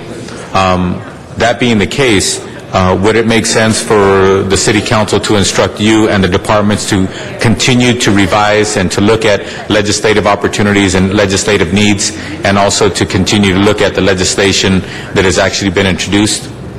Absolutely. We are starting to work on that now in terms of what's already going through, and we'll be back to you on the 3rd with a comprehensive list of legislation that does have a revenue or cost impact. And you're right. I think it needs to be an ongoing process of looking at what's out there and coming up with new ideas and continually working the process. Okay. Well, then, if that's the case, then what I would like to do is make sure that we instruct all the departments who participated so far to continue to keep in mind and to look at these opportunities and or legislation that gets introduced and communicate with the CLA, and for the CLA to communicate to us ongoing. Sure. Okay, thank you.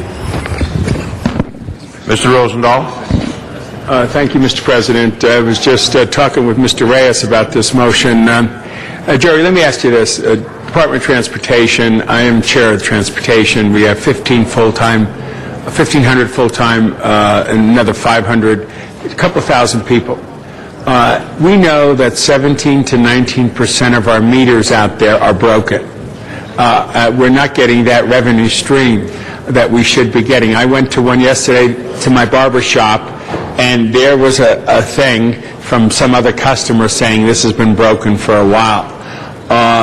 When we drill down, have you done any drilling down on this whole meter business, the fact that 17 to 19% of the meters are dysfunctional? That is the gold in the gutter we should be getting. Those issues of where an employee obviously not only brings in their own salary, but brings in a significant amount to the general revenue. Any comments on that? And what role can I play to see that we get that accomplished? Well, I certainly have noticed the same. Actually, going to my barber a few weeks ago, there were 5 meters in a row that had failed. So it clearly is an issue. I will say, as DOT has indicated previously, there was some uncertainty about how they were going to proceed relative to meters, and the council's resolved that. The council still wants to continue to look at garages. You haven't made that decision. But the council's direction is to move forward and get our own house in order relative to the meters. We're going to have to be creative in order to do that. There's going to be some capital investment that's required, but the amount of money that we're not collecting, I believe, would more than pay for the capital investments to be able to do it more efficiently. Right, and it will also be districts. I know another one of my colleagues has been saying, how come I get no meters in my district? I'm not going to say there's several districts that have no meters.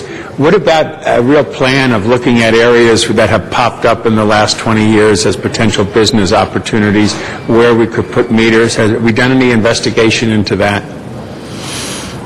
Well, I'm somewhat familiar with it. That's really a question for DOT, but generally, a DOT will respond by an inquiry or from a council office.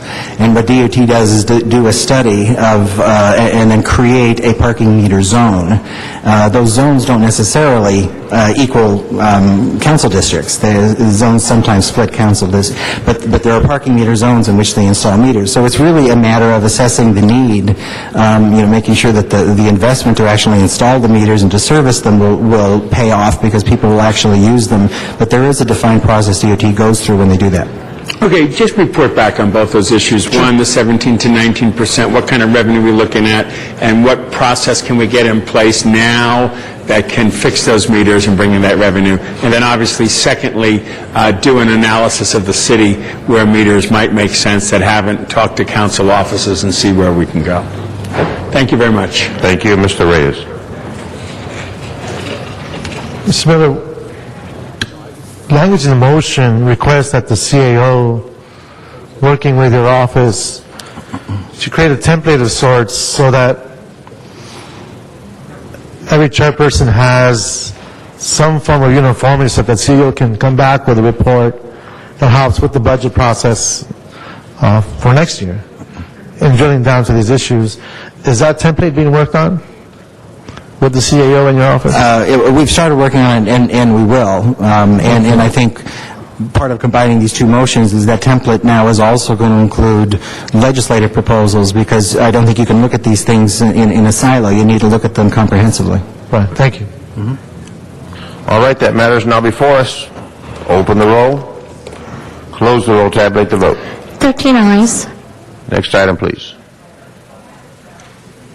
Item 13, called special by Councilmember Garcetti. Mr. Garcetti, number 13.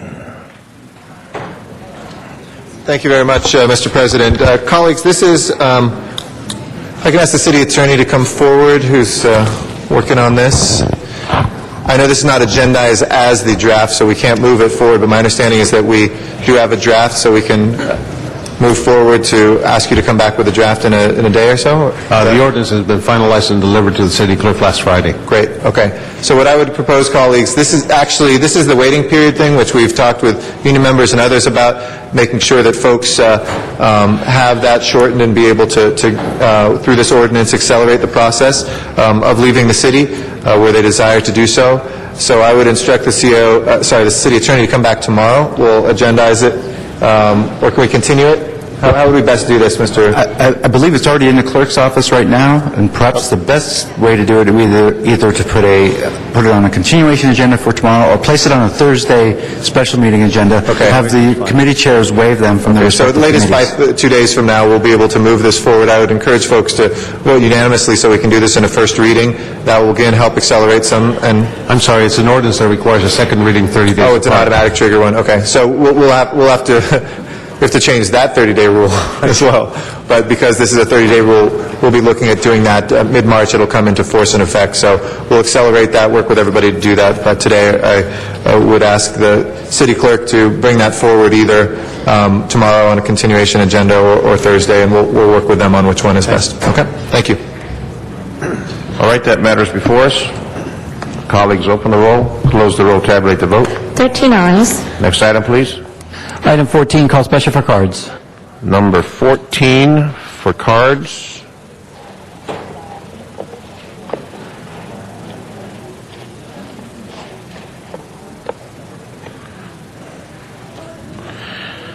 Chris Flagg. There's 3 cards on this matter. Go ahead, sir. Thank you, council members, for again listening to me. My name again is Chris Flagg. As you know, I work for the Bureau of Sanitation. But let me tell you a little bit about what I do there the past couple of years. For the past couple of years, I've worked in air quality, in the air quality group.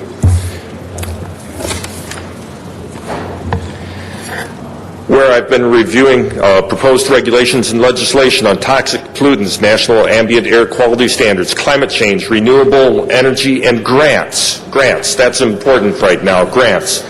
Throughout the last year, we were also chiefly responsible for assisting the City Attorney's Office in briefing Councilwoman Perry's office, the CLA, Mayor's office, DWP, on the air permit moratorium and reinstatement. We've been keeping pretty busy.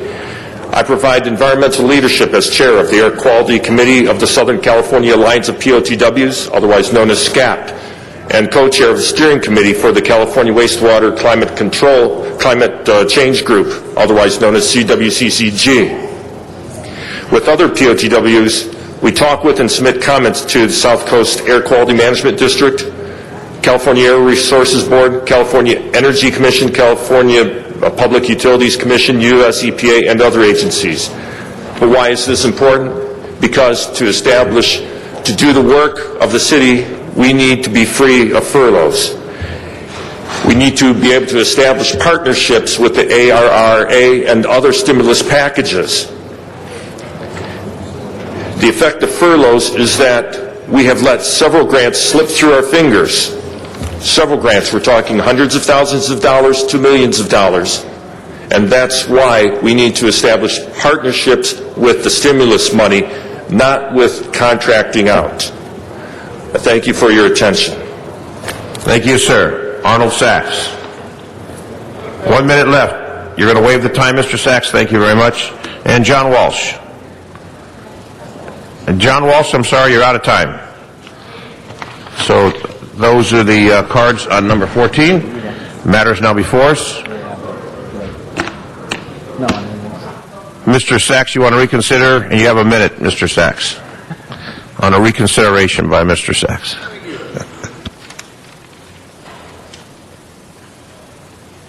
Yes, thank you. I did want to talk about the partnerships, because that is a problem. It's going to cause... there's a lot of talk about having a partnership with a public-private partnership at the convention center, but people forget that the city has a contract with AEG for the advertising rights at the convention center, and how will that be affected? We've seen how you acted when it is in your interests to push for these partnerships. Look how brilliantly you acted when it came to declawing for cats. But you want to have the state legislature change laws. You missed a deadline, February 3rd, to discuss putting a pension reform on the June ballot. What happened there? So not only does it not affect this budget deficit this year, but the following budget deficit, which is going to be twice as big as the one you have this year, is also going to be affected. When you people get off your butts and move, then we'll see some action. Thank you, Mr. Sachs. Your time is up, sir. Even on your reconsideration, time is up. That matters before us. Colleagues, open the roll, close the roll, tabulate the vote. 13 ayes. Thank you. Mr. Cardenas. Mr. President, if we could put item 18 over for a week to next Tuesday. Without objection, item 18 over for a week, colleagues. Without objection, Receive and file. that matter will be continued for a week at the request of Mr. Cardenas. Number 18. Next item, please, Mr. Clerk. Item 16, called special for cards. Number 16.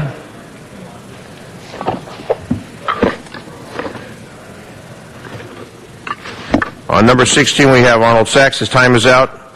Dr. Williams, are you in the chambers? Dr. Williams has left. The matter is now before us. Open the roll, close the roll, tabulate the vote. 13 ayes. Next item, please. Item 19 was called special. However, there's been a request to receive and file that matter. Number 19? 19. Without objection, receive and file number 19.